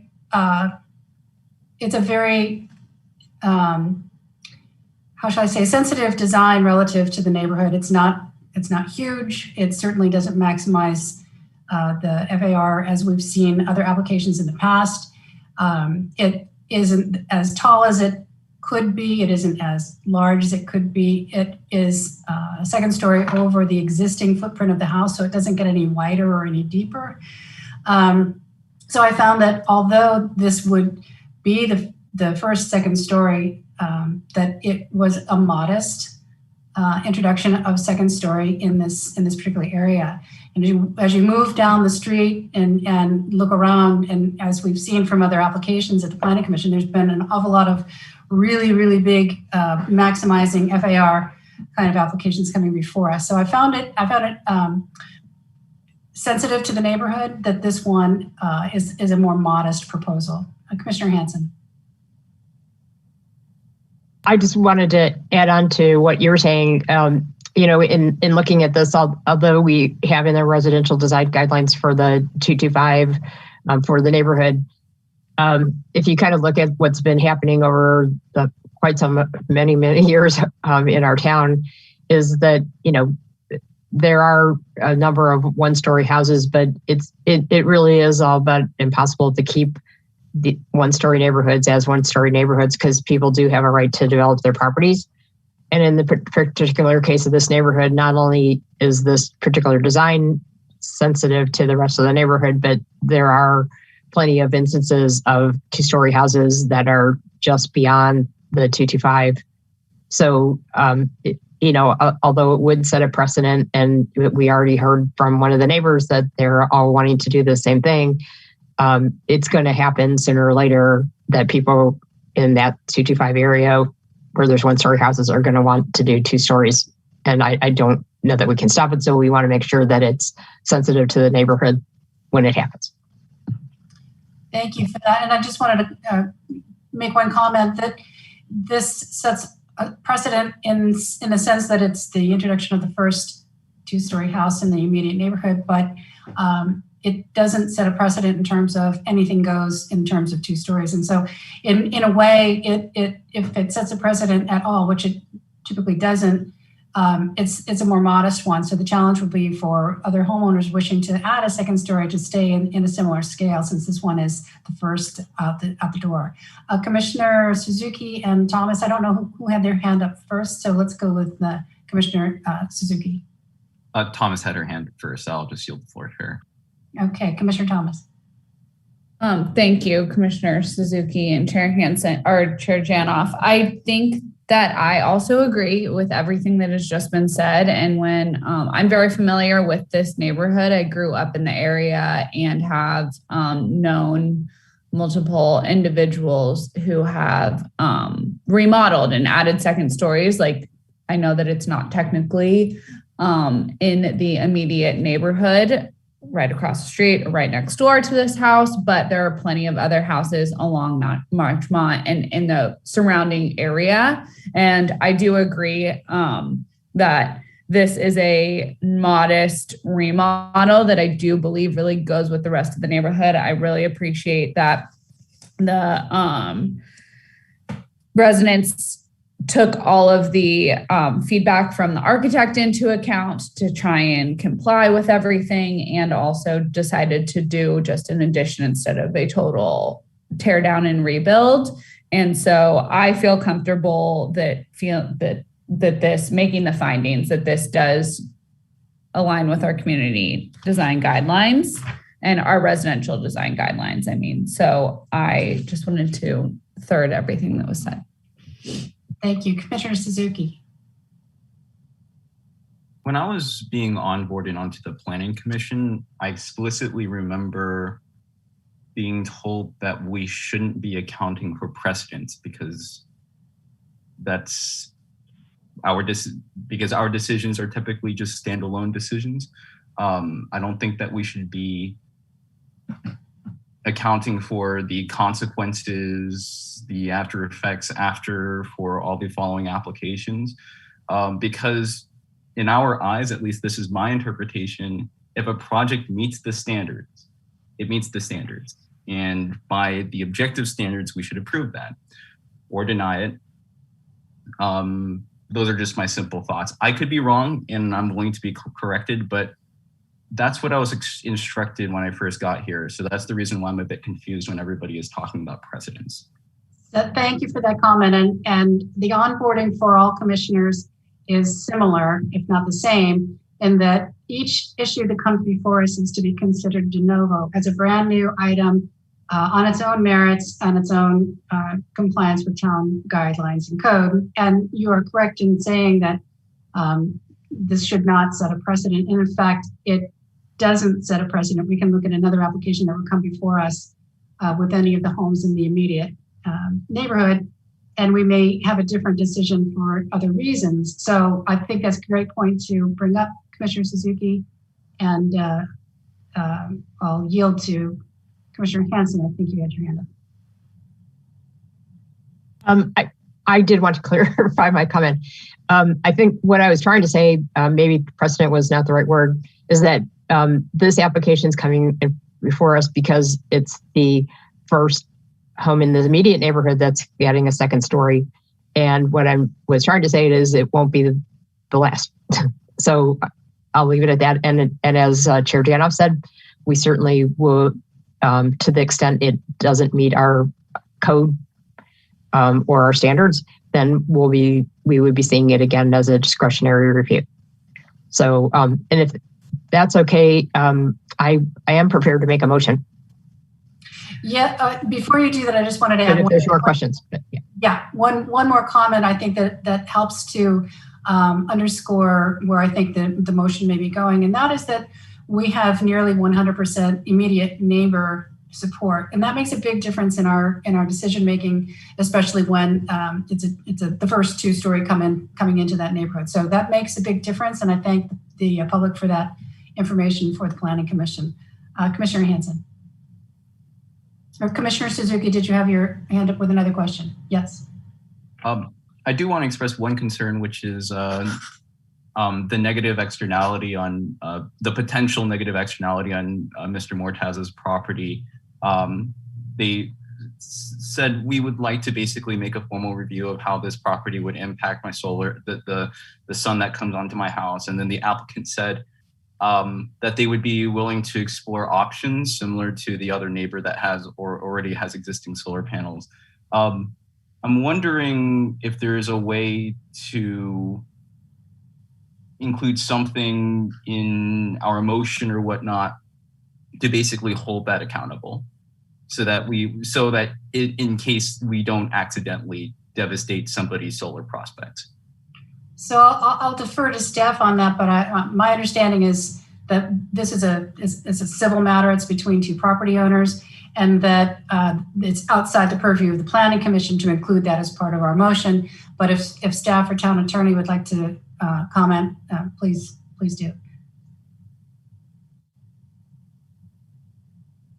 So you're correct. The difference here is that the neighbor made those comments, and the applicant said they were willing to look at that. So I think you have an option in this case.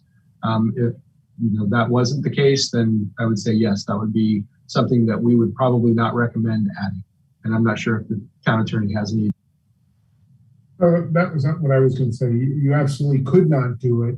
And if you're going to do that as a condition, you have to make certain that it was a voluntary, and it's in the conditions that it was a voluntary from the applicant. What I don't want to happen is a condition that somehow now binds the applicant and the neighbor enforcement, but I don't want that condition to be used on subsequent projects where a neighbor comes in and says, well, you did this on Marchmont, and I want the same condition. So as Joel said, we've added conditions when the applicant is in agreement with them that reach outside the bounds of the law, if the applicant is acceptable to that. But I just want to make certain that the condition would certainly include the fact that it was a voluntary condition that the applicant agreed to, as opposed to just a blanket statement that there'll be some type of review of the solar. So just to close out on that, I personally would be uncomfortable adding that as a condition to the motion for the reason that it's very speculative at this time. We don't know if the inspection is going to occur. We don't know the outcome of that inspection. We don't know, we know too little about the potential impact of holding a property owner responsible for responding to a neighbor under circumstances that are just simply unknown. So having said that, I'll defer to the rest of the commission. And Commissioner Devana, please. Yeah, I would agree with you, Chair Janoff. There's just too many unknowns.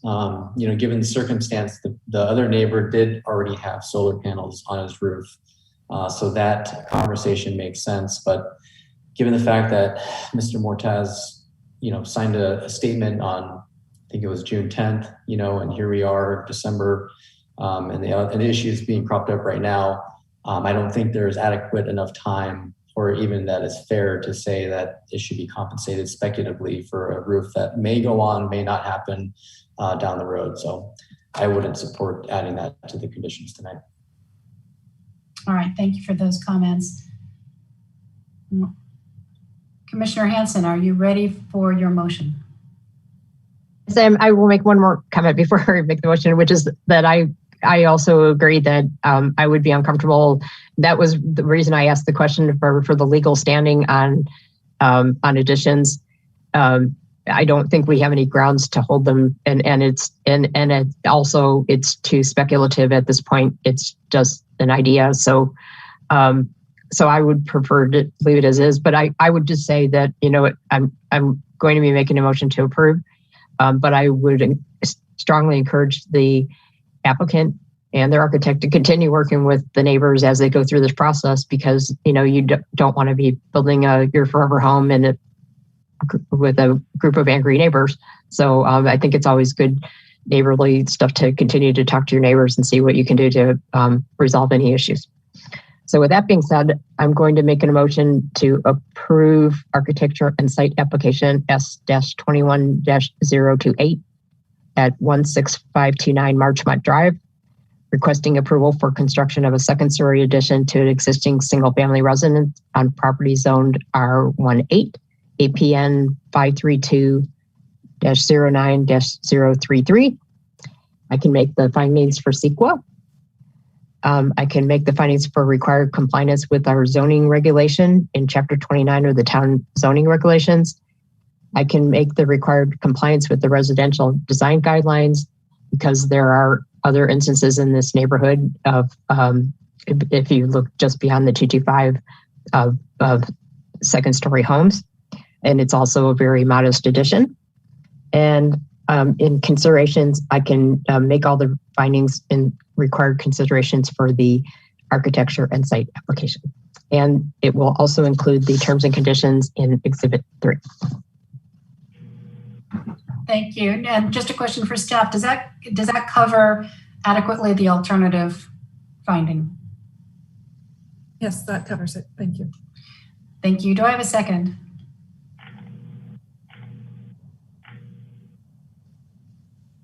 I'll second. Any comments or discussion? I don't see any hands raised, so I'll call the question. Commissioner Hanson? Yes. Commissioner Tabano? Yes. Commissioner Barnett is recused. Commissioner Thomas? Yes. Commissioner Suzuki? Yes. Vice Chair Birch? Yes. And I vote yes as well. So the motion passes 6 with 1 recusal. All right. Director Paulson, are there appeal rights on this issue? There are. Thank you, Chair. Anyone who's not satisfied with the decision of the Planning Commission can appeal the decision to the Town Council. Forms are available online and at Town Hall. There's a fee for filing the appeal, and the appeal must be filed within 10 days. All right, thank you. We now move on to item 4, which is requesting approval for demolition of an existing detached garage, construction of a new detached garage to exceed the floor area ratio, a grading permit for site improvements, sport court fencing in excess of 6 feet, and removal of large protected trees on property zoned R120, located at 140 Prospect Avenue, APN 529-44021. Property owner, Daniel Berrigan. Applicant, David Kupamaki. Project planner, Jocelyn Schutman. Are there any disclosures? And may I see a show of hands of commissioners who have visited this property? Thank you. Ms. Schutman, you'll be giving our staff report. Good evening, thank you. The subject property is located on the west side of Prospect Avenue and is a part of the former Sisters of the Holy Name site. On April 7th of 2015, the Development Review Committee approved an architecture and site application for construction of a new single-family residence on this property. The applicant is now proposing to demolish the existing 608 square foot detached garage and construct a new 866 square foot detached garage, install fencing and exceedance of 6 feet for a sports court, site improvements requiring a grading permit for a swimming pool, basketball court, and additional on-site parking, and removal of a large protected tree. The project is being considered by the Planning Commission for 3 separate items that include the first being an exceedance to the maximum allowable floor area ratio. Pursuant to the Hillside Development Standards and Guidelines, the maximum floor area for the site is 4,900 square feet. Garages less than 400 square feet and below grade space are excluded from this floor area. Because the applicant is proposing an 866 square foot garage, 466 square feet is therefore counted towards the allowable floor area. As a result, the applicant is proposing 5,184 square feet of countable floor area, exceeding the maximum allowable floor area by 284 square feet. As outlined on page 4 of the staff report, there are no homes in the immediate neighborhood which currently exceed their maximum allowable floor area, and the proposed residence would be the second largest in terms of total square footage and 7th largest in terms of floor area. Secondly, the applicant is requesting approval to construct an 8-foot wood fence along the north elevation of the proposed sports court, adjacent to the shared driveway, and a 12-foot black vinyl mesh fence along the east, south, and west elevation of the proposed sports court. And lastly, the applicant is proposing site improvements which require a grading permit for a sports court, a paved parking space, a pool, and a gazebo. The grading associated with each site improvement has been reviewed by planning and engineering staff and is in compliance with the maximum grading cut and fill depths as outlined in the Hillside Development Standards and Guidelines. Tree removal is proposed as part of these site improvements, and an arborist report and recommendations have been prepared and included in Exhibit 5. Based on the analysis provided in the staff report, staff is recommending denial of the architecture and site application. There was a desk item report that was distributed today with the public comment that was received after distribution of the staff report. This concludes staff's presentation, and we are available for any questions. Thank you, Ms. Streetman. Commissioner Hanson. Thank you for the presentation. So my question is going to this is more than one issue that's on the table. So the first issue is the floor area ratio. The second issue is the exceeding the height limits in our fence ordinance. And the third issue is, I wasn't clear on the grading permit. Are we needed to approve the grading permit? It sounded like engineering has already decided that it doesn't affect cut and fill. So help me on the third one. So because the applicant is proposing a grading in excess of 50 cubic yards, it requires a grading permit, which therefore requires the architecture and site application. So it's included as one package. Okay, yeah, so a follow-up question to that is, supposing that we were okay with one part of this and not others, is that a possible outcome of the decision? So because there are multiple issues for the Planning Commission to discuss, there are components that they could make a motion to approve and then separate out the other issues, for example, the floor area, but I'll allow the director to follow up on that. No, Ms. Shootman's correct. So, if you like one or more, but not all of the items before you, then you can only act accordingly on that item. Typically, architecture and site application for the grading permit could be done at DRC. The fence height exception for sports court is actually a director's determination. It's separate from the fence ordinance. And so it's really the FAR is the driving reason, but because we have an entire project with multiple components, we brought all components to the Planning Commission. Okay, thank you. Commissioner Tavana. No, my question was clarified previously. Right now. Oh, thank you. Any other questions for Ms. Shootman or staff at this time? We don't see any hands raised. So we will now open the public hearing and give the applicant 5 minutes to address the commission. Thank you. So whoever is going to be speaking on behalf of the applicant, please raise your hand. Allow the architect to speak. You have 5 minutes. Hey, can you guys hear me? We can, go ahead. Hey, thank you very much for having us. Thank you, Jocelyn, for the background on the project. And thank you for commissioners for going over this project with you. I would like to start with the background. My clients, Daniel and Kristen Berrigan, have recently purchased this property and they're hoping to stay here and live there and raise family there. They consider this to be a perfect house for them in a perfect neighborhood. Their existing site is a little bit over 30,000 square feet with around 4,600 square foot residence and about a 600 square foot garage. The main concern of the project is that the neighborhood has very little, well, their property has very little parking, and the street in the neighborhood has also very little parking for them and their family. They were also wanting to make some more usable space on this lot.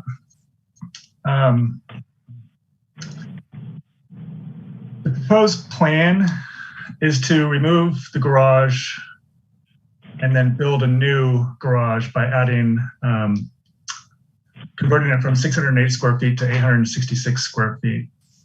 They're also wanting to extend the side yard patio of the main residence forward a little bit with some new stairs down to a new landscape area that then goes to a sports court in the front area of the lot.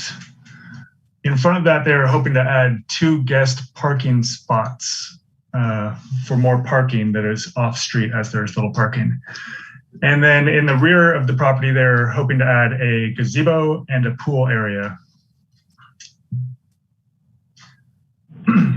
We are looking to have the larger garage for more parking on site. We have a house comparison chart. I don't know if you guys were able to see that or if Jocelyn can share that. The chart, Jocelyn, I believe, is on page 3.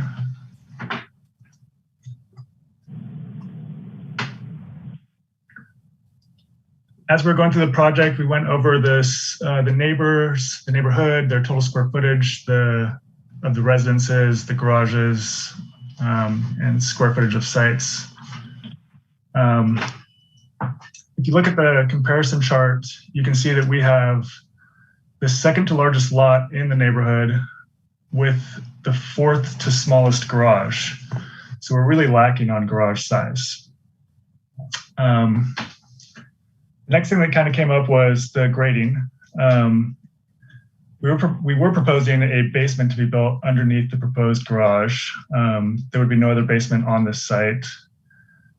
Basements and pools are excluded from the maximum grading cuts and fills per HD S&G, except for the light well area, which is not. And that's the part that came up with the grading, was the existing light or the proposed light well to be graded out for ingress and egress of the basement. The rear of the property has a gradual slope downhill, and we position the basement and light well within this slope to reduce any visual impact that it may have. Excavation itself will not be overly impactful to this site. Jocelyn, if you go to the next page, that would be great. Thank you. Oh. Or maybe the next page. You might need to zoom back out. Yeah, the page before. Oh no, sorry, the next, I'm sorry, this page is fine. So this page also shows kind of what the sheet before was showing of the sites around their square footages and their gross square footages of their lots. So we're kind of just showing how large these garages are in comparison to lots compared to the garage on our property. And we're showing that we're proposing the 866 square foot garage. On the next slide, if you don't mind, Jocelyn.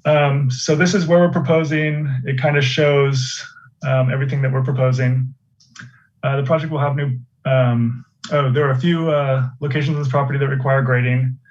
To reduce the overall grading and its potential impact to the site, we're recommending adding retaining walls. Retaining wall heights are consistent with the objectives of HDS&G. The main areas of the retaining walls are the rear pool gazebo area, which you can see kind of down at the bottom left. The front patio extension, which is on the side yard on the plan south of the house, the main house. The sports court and parking area, which is near the front where you can see the basketball court. The rear yard has a flat area they can have construction based off LRDNA. We're proposing a pool and gazebo in the rear yard. We're proposing a 5-foot retaining wall in this LRD area to flatten the area for these improvements. Pool and gazebo location will have little to no impact on adjacent properties. Grading will be minimal as a proposed location for the pool and gazebo are a naturally flat area in the rear yard. The retaining wall in this location will also provide slope stability for the pool and gazebo. We were also, is that my 5 minutes? Yes, thank you. Your time has expired. Do commissioners have questions for the applicant at this time? I don't see any hands raised. So at this time, we will invite members of the public to speak. Members of the public, you may speak anonymously or add your name and address, but please understand the meeting is being recorded for the public record, and we ask that you limit your comments to 3 minutes. Director Paulson, do we have any members of the public wishing to speak at this time? If you wish to speak, we do have one. That will be Jason. Yeah, hi, can you guys hear me? We can, go ahead. Yeah, so I actually live next door to 140. I'm at 130 Prospect, and I think Danny and Chris have done a good job. They introduced some trees to the property that are going to help with the ADU next to us because it's literally right up against our property. But they at their own expense added trees. I thought that was a really nice gesture of them. I also think the added 2 parking spots down by the sport court is going to be a nice addition considering the fact there is no parking on the street. So I just wanted to share my position on it is that I think they've been good neighbors in the sense that they've worked with us to try and find accommodations, and we don't have any issues. I think actually the 2 parking spots will actually be an addition, and we share a driveway. So just wanted to share that perspective before you guys get started. Thank you for your comments. Do commissioners have any questions of the speaker? Commissioner Barnett, I see your hand raised. Is that? I had a question actually for the architect. And apparently that wasn't noticed before he terminated his speech. Yeah, and we'll have the applicant back before us, so please be sure to ask your question at that time. Sure. Director Paulson, do we have any other members of the public wishing to speak? I don't see any hands raised currently. Give it a couple seconds. I see no additional hands raised, Chair. All right, thank you. So at this time, we will return to the applicant, and the applicant has 3 additional minutes to address the commission, and please proceed.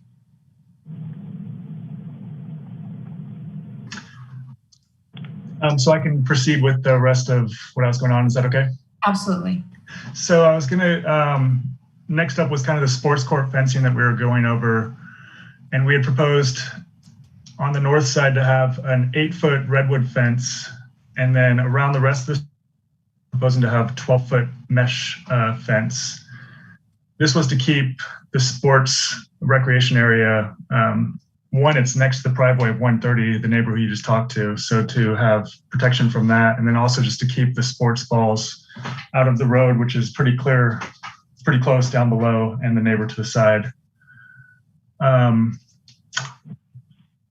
I think that was actually about it. Yeah, we had gone over, talked to all of the neighbors. We'd got feedback just from the one neighbor at 130. We'd had a little bit of back and forth with him, and we had changed the plans just to make him feel comfortable with what was going on. And so that is it for this project. And thank you very much. If you guys have questions, I am here for them. Thank you. Commissioner Barnett, did you still have this question? Yes. I assume that you've reviewed the arborist report pertaining to the property, correct? We had 2 separate arborist reports done, one by us at first, and then the other one done by Monarch through the town. My question is whether you've considered modification of the garage plan or the grading to address the concerns of the arborist regarding the protected trees. So we actually did. So that came out at the very end of our plans when we were already done and submitted and everything was ready to go to you guys, and we kind of got Monarch's address. So the first by Kitely Arborist said that that rear tree, which I believe is the one that you were talking about, the big oak, that arborist report said that it was in poor condition, and they actually told my clients that it was potentially going to fall down soon. So they were actually kind of concerned and kind of thought, hey, yeah, let's do this basement. We have this room. And then once we got the Monarch one back and Daniel got to talk with him, he said the tree's actually in good condition and we can save it. So Daniel actually, which isn't on the plans now, wanted to get rid of the basement and just do the garage addition because we can actually not affect that tree by doing that. And we can save the tree. So it's something that's not in the plans that we were potentially going to change to save that tree. Go ahead, Commissioner. I also saw concern about tree 261. Do you have a comment about that? Oh shoot, I don't have that open right now. Do you recall which tree that is off the top of your head? Or I can open it. Let me open it. I don't have that tree open.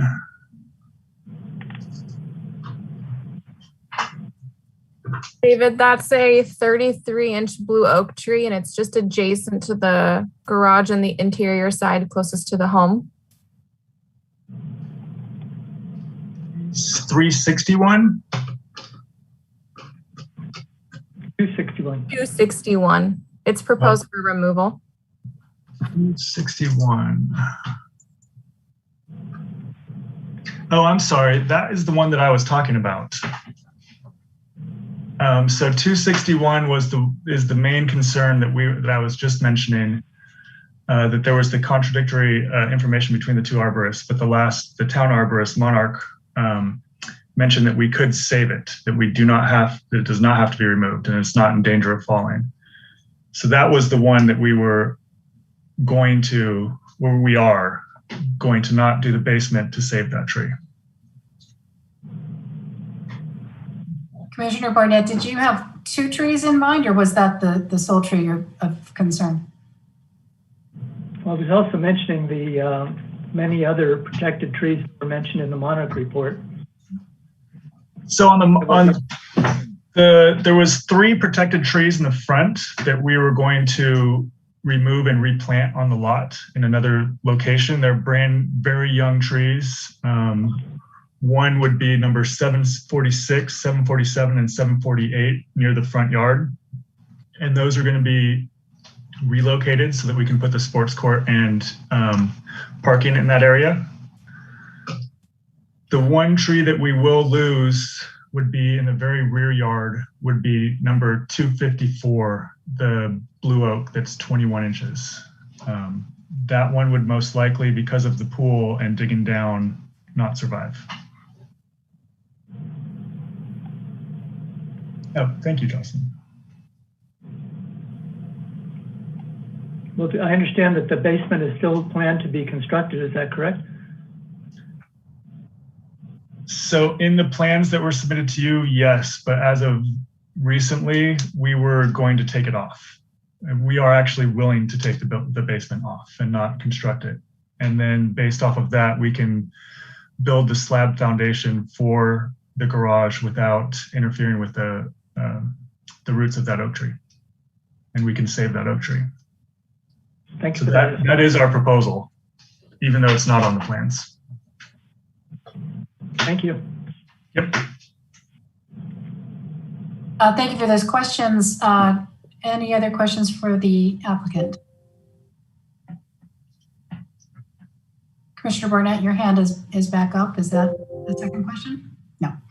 I do have a question. If you remove the basement, how does that affect your floor area ratio calculation, because you won't have the light well egress?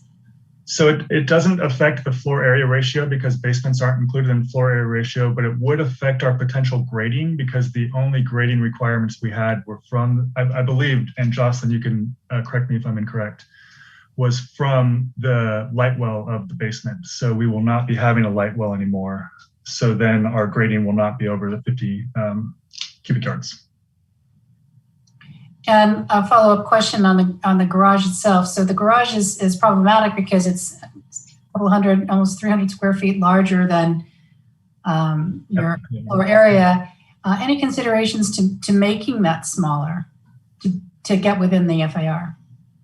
So we're so close to the FAR, and the purpose for making the garage larger was to fit another car in there so we could have more parking. And how we have it, we were hoping to fit 2 smaller cars and then a larger family-sized car, like a Suburban or something like that. So we have a little bit more off-street parking. And we did put that at the minimal size possible. I don't know if we have the plans that show the interior clear space, but we did a minimal size required for smaller size cars instead of full size 9x18 cars on the interior. All right, thank you for that clarification. Yep. Any other questions for the applicant? All right, I don't see any hands raised. So at this time, we'll close the public hearing. And on this item, and I will ask commissioners if they have any questions, concerns, discussion, questions for staff. Entertaining a motion. Commissioner Hanson. I wanted to go back to what I asked earlier that Director Paulson commented on. So and this is about the fence for the sport court. So if I heard you correctly, this isn't like an exception to the fence ordinance. It's something else that if not for the FAR, it could have been approved by you. Is that correct? That's correct. So for sports court fencing over 6 feet, it actually only requires a minor residential development application, which is approval from the director. Okay, so what I'm hearing is that if not for the FAR, this wouldn't be a major concern of staff. Is that correct? Staff has referred it to the Planning Commission to make that determination if it is compatible and appropriate for the sports court fencing. We have seen sport court fencing proposals in the past that have been approved when they are accommodating a sports court, basketball court like this, for instance. The applicant has provided justification that really the fencing is just to keep the balls within the sports court and keep it safe for that shared driveway.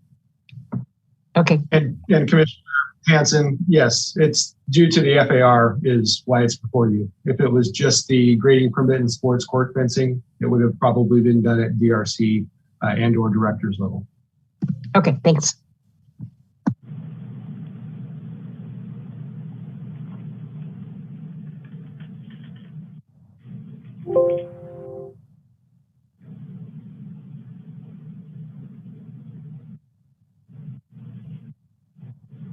You're on mute, Chair.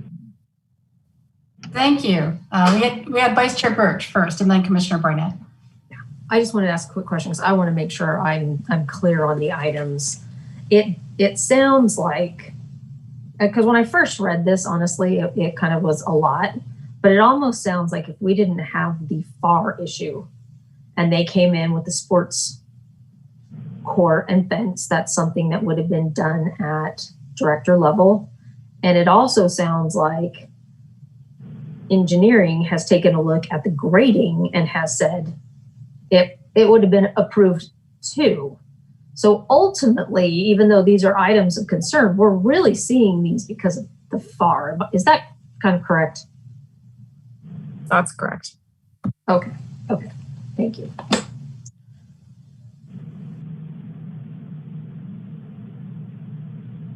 Can you hear me now? Yes, Commissioner Barnett, go ahead. Thank you. I also noticed in the application that there's a proposal to build an 8-foot high wall against the north elevation.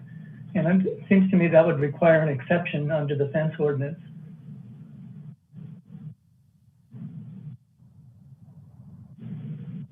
So for that, Commissioner Barnett, for sports court fencing, it's regulated from a different section in the code, which actually just requires a minor residential development application. And that fencing section of the code you're referencing would not apply in this particular case.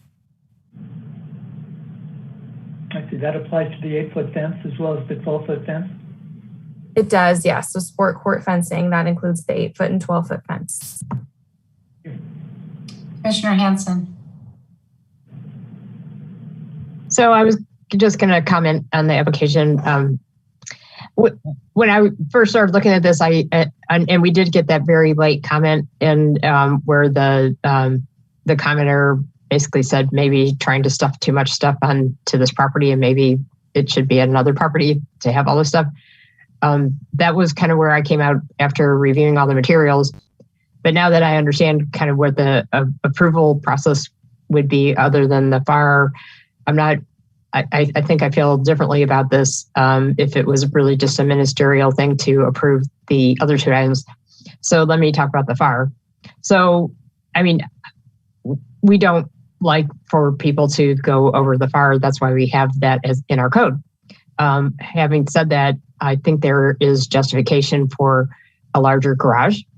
If it was feasible, I would want to have in the terms, if it's approved, if the commission's will would be to approve it, I definitely would want them to take out the basement to save some of the trees.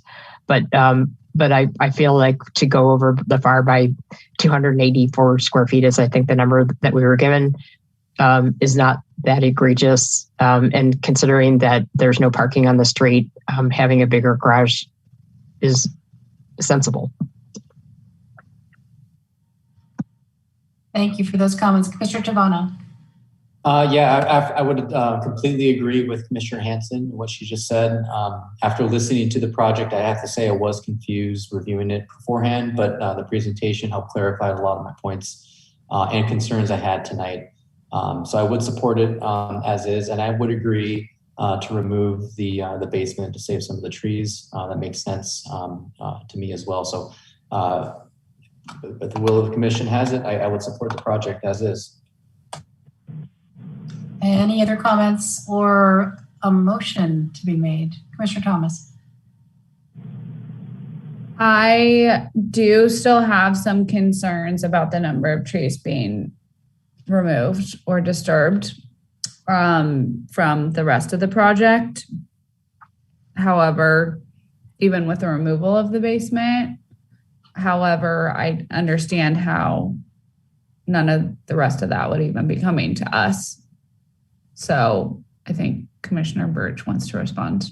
I just I want to hear other opinions about that. Vice Chair Birch. I appreciate that, Commissioner Thomas, because I did too. And I read on page 9 of 31 of the Arborist report on the recommendations. They have some recommendations that on particularly numbers 2 and 3 that are about the tree protection, particularly the ones close to where they will be doing the grading by the pool and a couple other key areas. And, whoever makes the motion, these are items I would like to have added to that to make sure that the tree protection is included in the requirements or the conditions of approval, along with the removal of the basement, because I do agree they are very, very close to where they're going to be doing some grading. And I want to make sure that these oaks are preserved. Thank you for those comments. Any other thoughts? I'll just chime in. I am in agreement with the fellow commissioners. This was a little bit more daunting when it was just on paper and didn't understand the full context and the nature of the decision being requested of the Planning Commission. And I do recognize that this is quite a challenging lot in terms of parking, so appreciate the additional parking, off-street parking that's been provided in addition to the 3-car garage.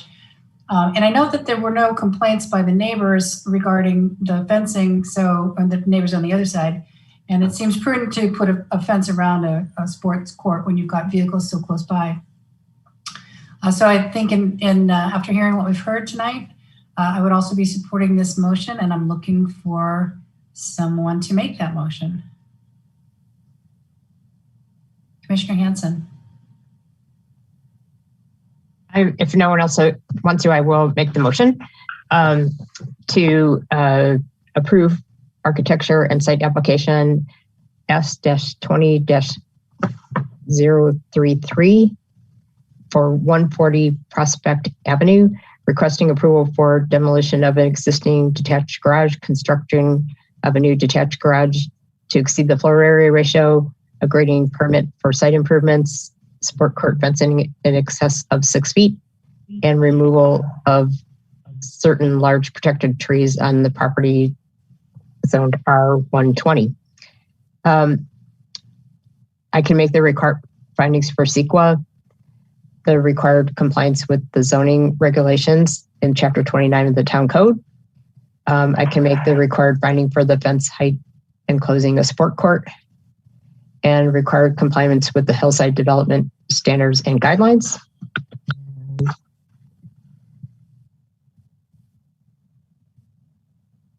And then I can make the finding to exceed the maximum allowed floor area ratio based on the exceptions that are listed in the exhibit. I can find that it's in compliance with the hillside specific plans, and that we can make the considerations in support of an architecture and site application. Having said that, I would want to add to the terms and conditions the removal of the basement and the saving of the trees that were noted in the packet that we see that they will be protected. And then the conditions are in Exhibit 3. Thank you. Vice Chair Birch. Can I ask the maker of the motion to specifically note the recommendations in the Arborist report, specifically items 2 and 3 that are really specific to which trees, and they're pretty specific on the protection? Yes. Thank you.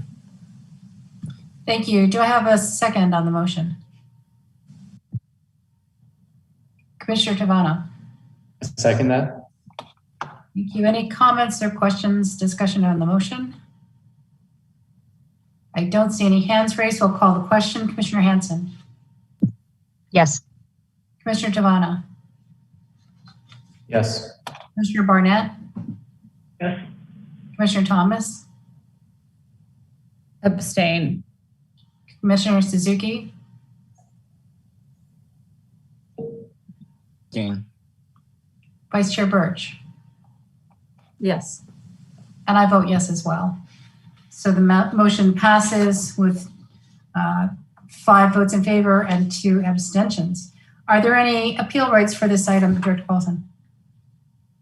There are appeal rights, and just so the property owner knows, the public hearing's been closed. That's why we have not allowed you to speak. There are appeal rights. Anyone who's not satisfied with the decision of the Planning Commission can appeal that decision. The appeal must be filed within 10 days. Forms are available online and at Town Hall, and there is a fee for filing the appeal. Thank you. At this time, Chair, if I could ask if we could take maybe a 5-minute break real quick. certainly it's 9:21 on my watch, so back at 9:26. Great.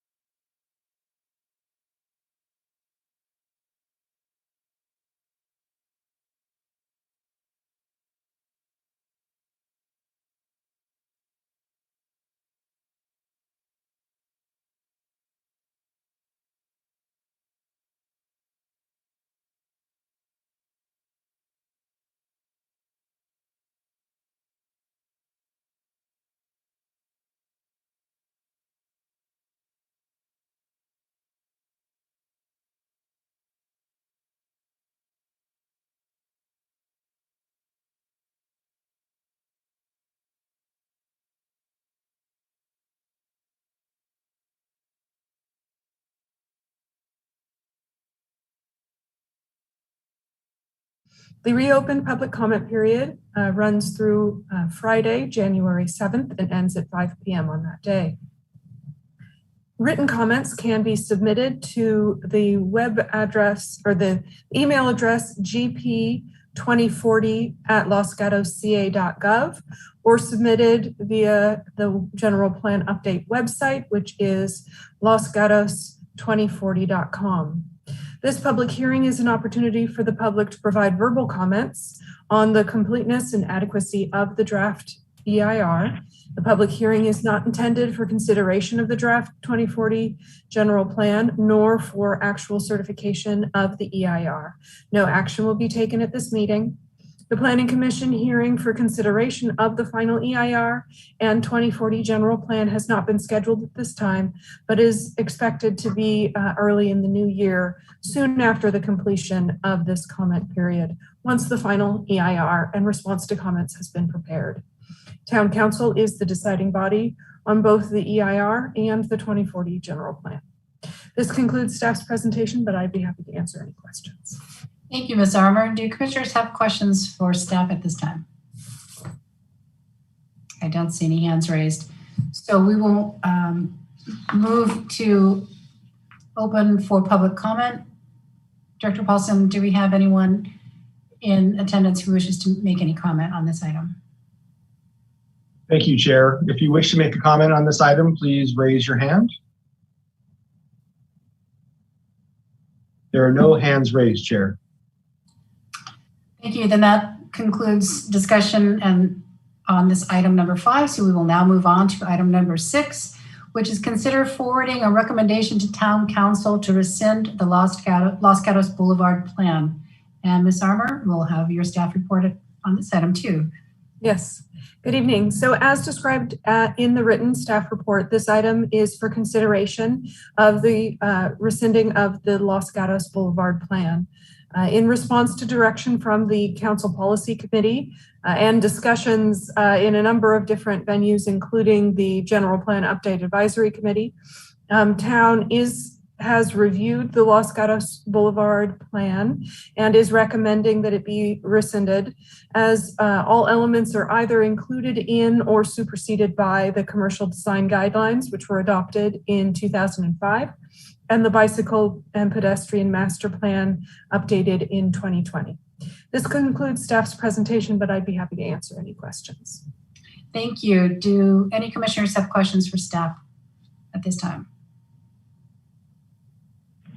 I don't see any hands raised. So we'll now open the public hearing and ask if any members of the public would like to speak on this item. Thank you, Chair. The first speaker will be Claire. Hi there. I just I'm concerned about where I can actually get information on all of this. I've been forwarded messages and seen things on websites, and I've waited 2.5 hours on this call to try to learn something and maybe comment, but I'm a little bit lost. So just love a little bit of guidance here. Thank you. Thank you for your question. We can't engage in that discussion at this time. However, I would encourage you to reach out to staff and ask specific questions of Ms. Armour and see if you can find clarification in that way. So how do I do that? You go online to the town and you'll find a way to navigate to staff and you'll be able to connect in that way. So is that emailing directly? Is that? You can email planning@losgatosca.gov.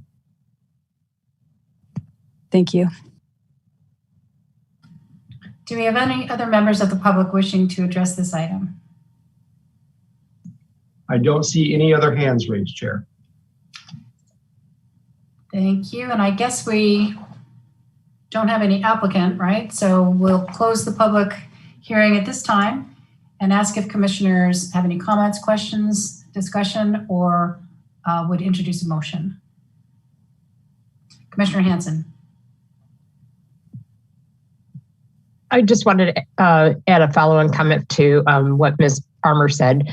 When we were going through the draft when the general update plan update advisory committee was going through the draft of the 2040 general plan that's still out for circulation and review, we created these community place districts, and one of them, and then those are opportunities where we could have growth and build neighborhoods that aren't just downtown.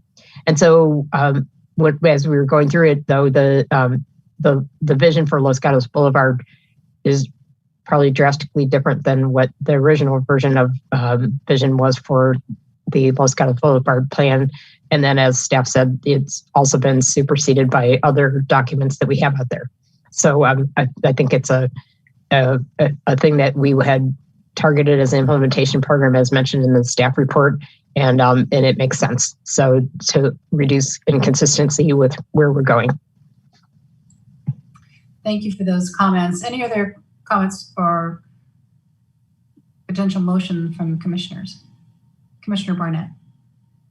The question I have is whether we should delay acting on the rescission of the Los Gatos Boulevard plan until the EIR and the updated general plan are actually implemented.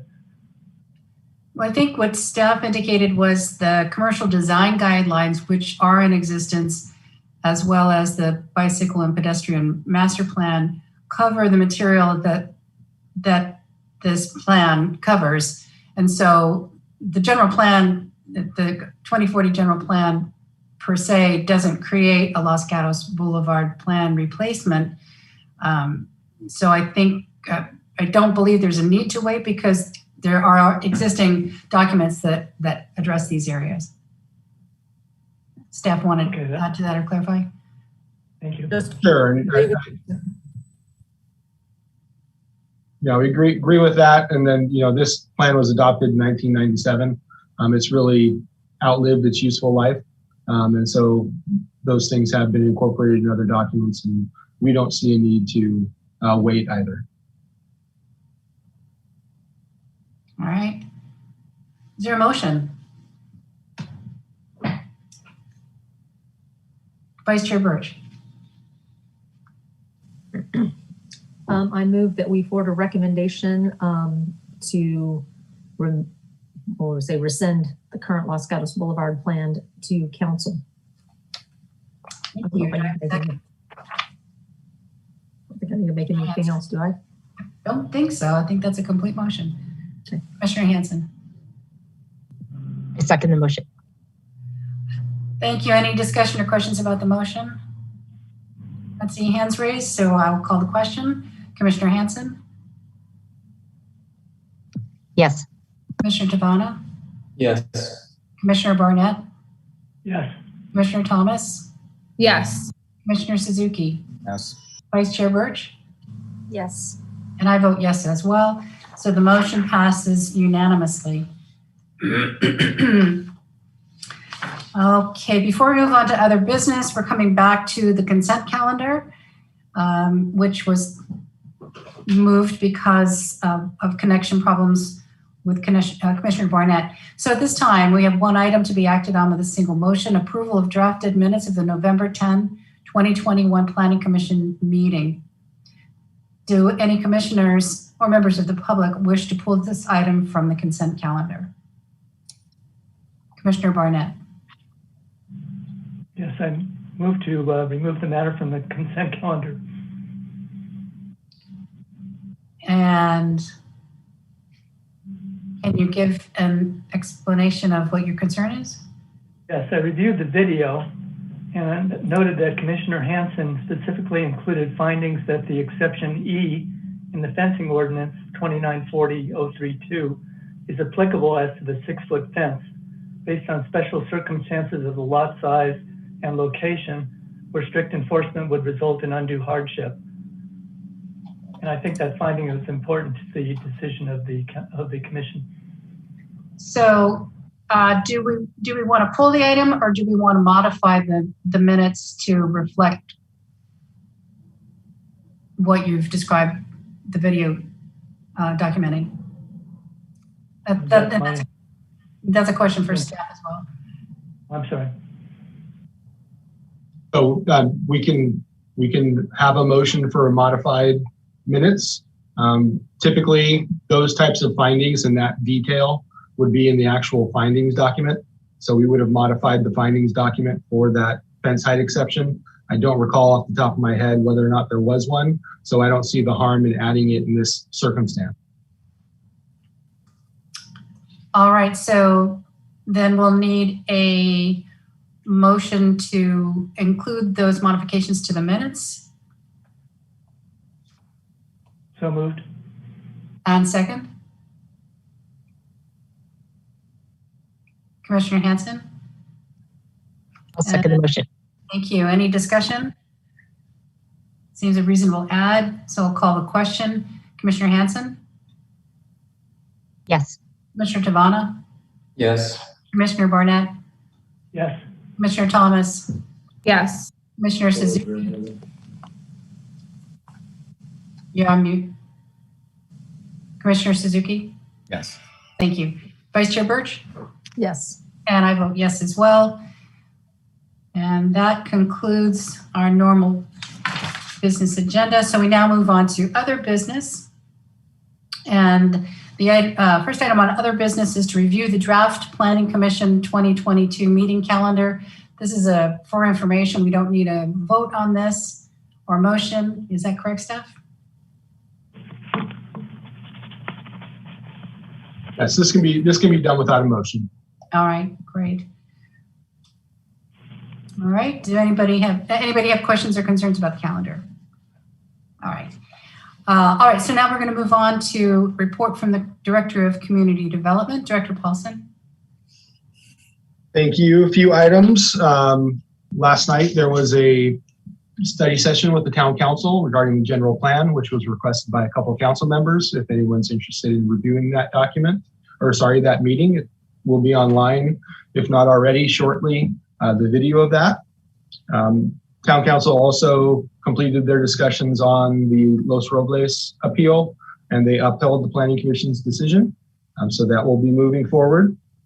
Just for the general public, our Acela system, which is the system that we use to intake all of our building and planning applications, will be down from Thursday at 5 p.m. until Monday at 8 a.m. So no one will be able to check status or submit applications during that time frame. Housing Element Advisory Board will meet next Thursday, and they'll be reviewing some draft background information, a couple of chapters of the appendices that will be part of the housing element, getting some information on demographics and other topics that will help inform the HEB and the decision makers moving forward on the housing element. On 12/21, we will be taking an urgency ordinance to the Town Council regarding SB 9. SB 9, as most of you are aware, will allow duplexes on all single-family residentially zoned properties, and will also allow lot splits on all single-family residentially zoned properties ministerially. So that means there'll be no planning application that will be reviewed by a decision body. There will be no noticing of the neighborhood.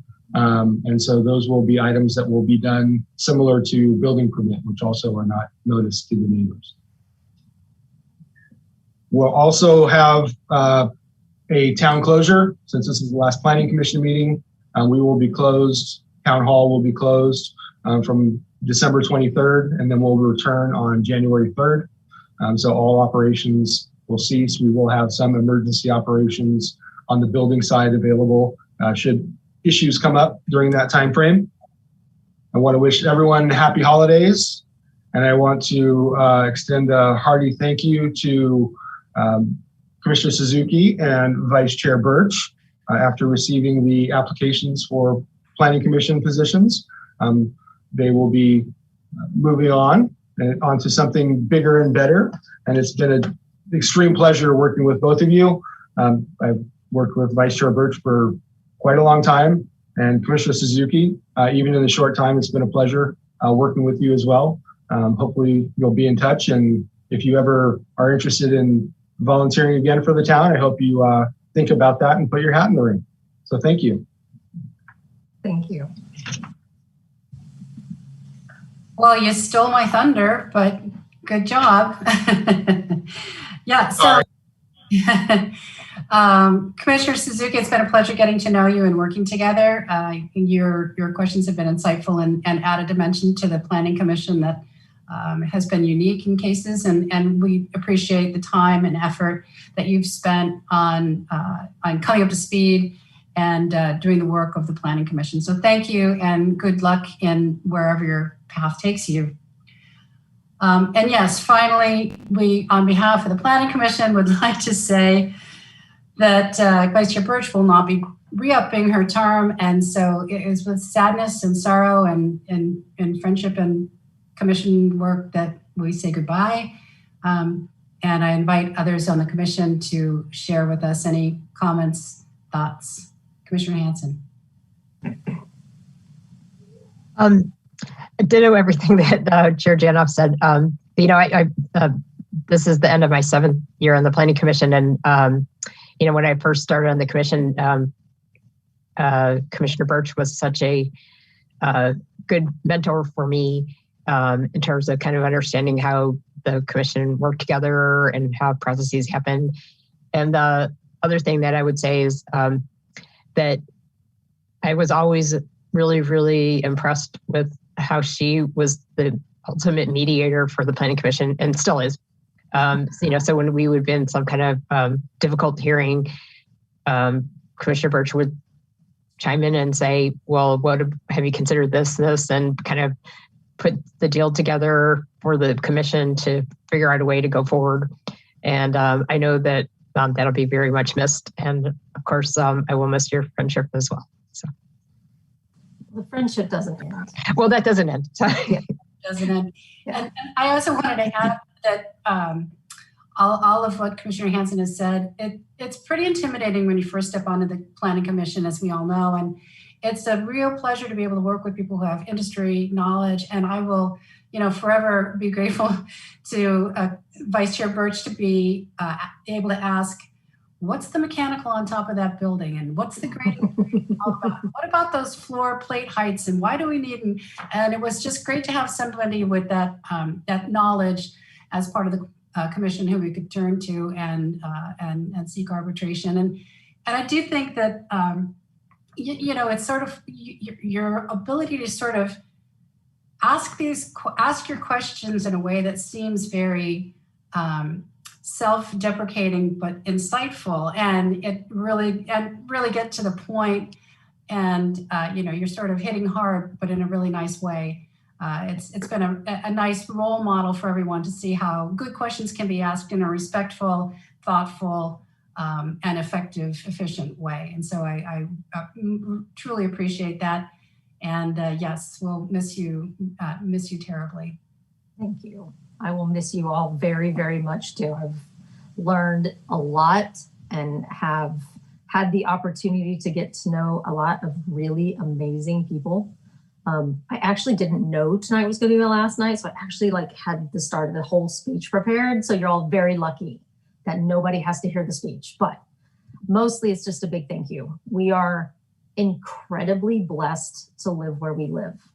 And I think in the middle of sometimes all the turmoil that can happen, that can be something that we forget. And I think being able to have volunteers that care passionately about their community and are willing to take the time and then wind up forming strong friendships out of it just shows that in the middle of all that turmoil, there's people that are willing to step up and remind people of how blessed we are and that we have to keep finding more people that keep caring and just keep moving forward in a really positive and good way as much as we can. And I know there's some really good people that I think will be coming onto the commission next. So I'm excited to see what will happen. So thank you. Thank you for that. All right, Commissioner Suzuki. I just wanted to say that I cannot say how grateful I am for my time serving on the Planning Commission.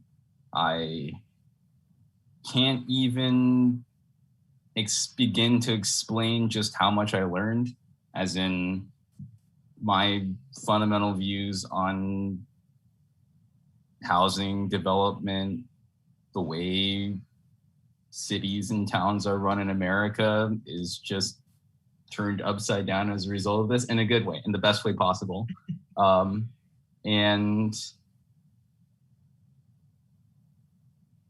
it's just been an honor. So thank you all so much. It's been a pleasure with all of you. I've learned something from every single one of you, from all your remarks. You're all very intelligent. And who knows, maybe I might throw my hat back in the ring one of these days, but I'm going to grad school. So that's the reason why I'm stepping down for now. Thank you. Good to know that it's Congratulations. Yeah, congratulations. That's exciting. Good for you. Forward motion. Good job. Good job.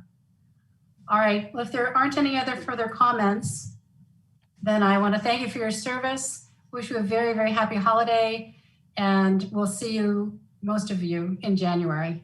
This meeting is adjourned. Good night. Thank you.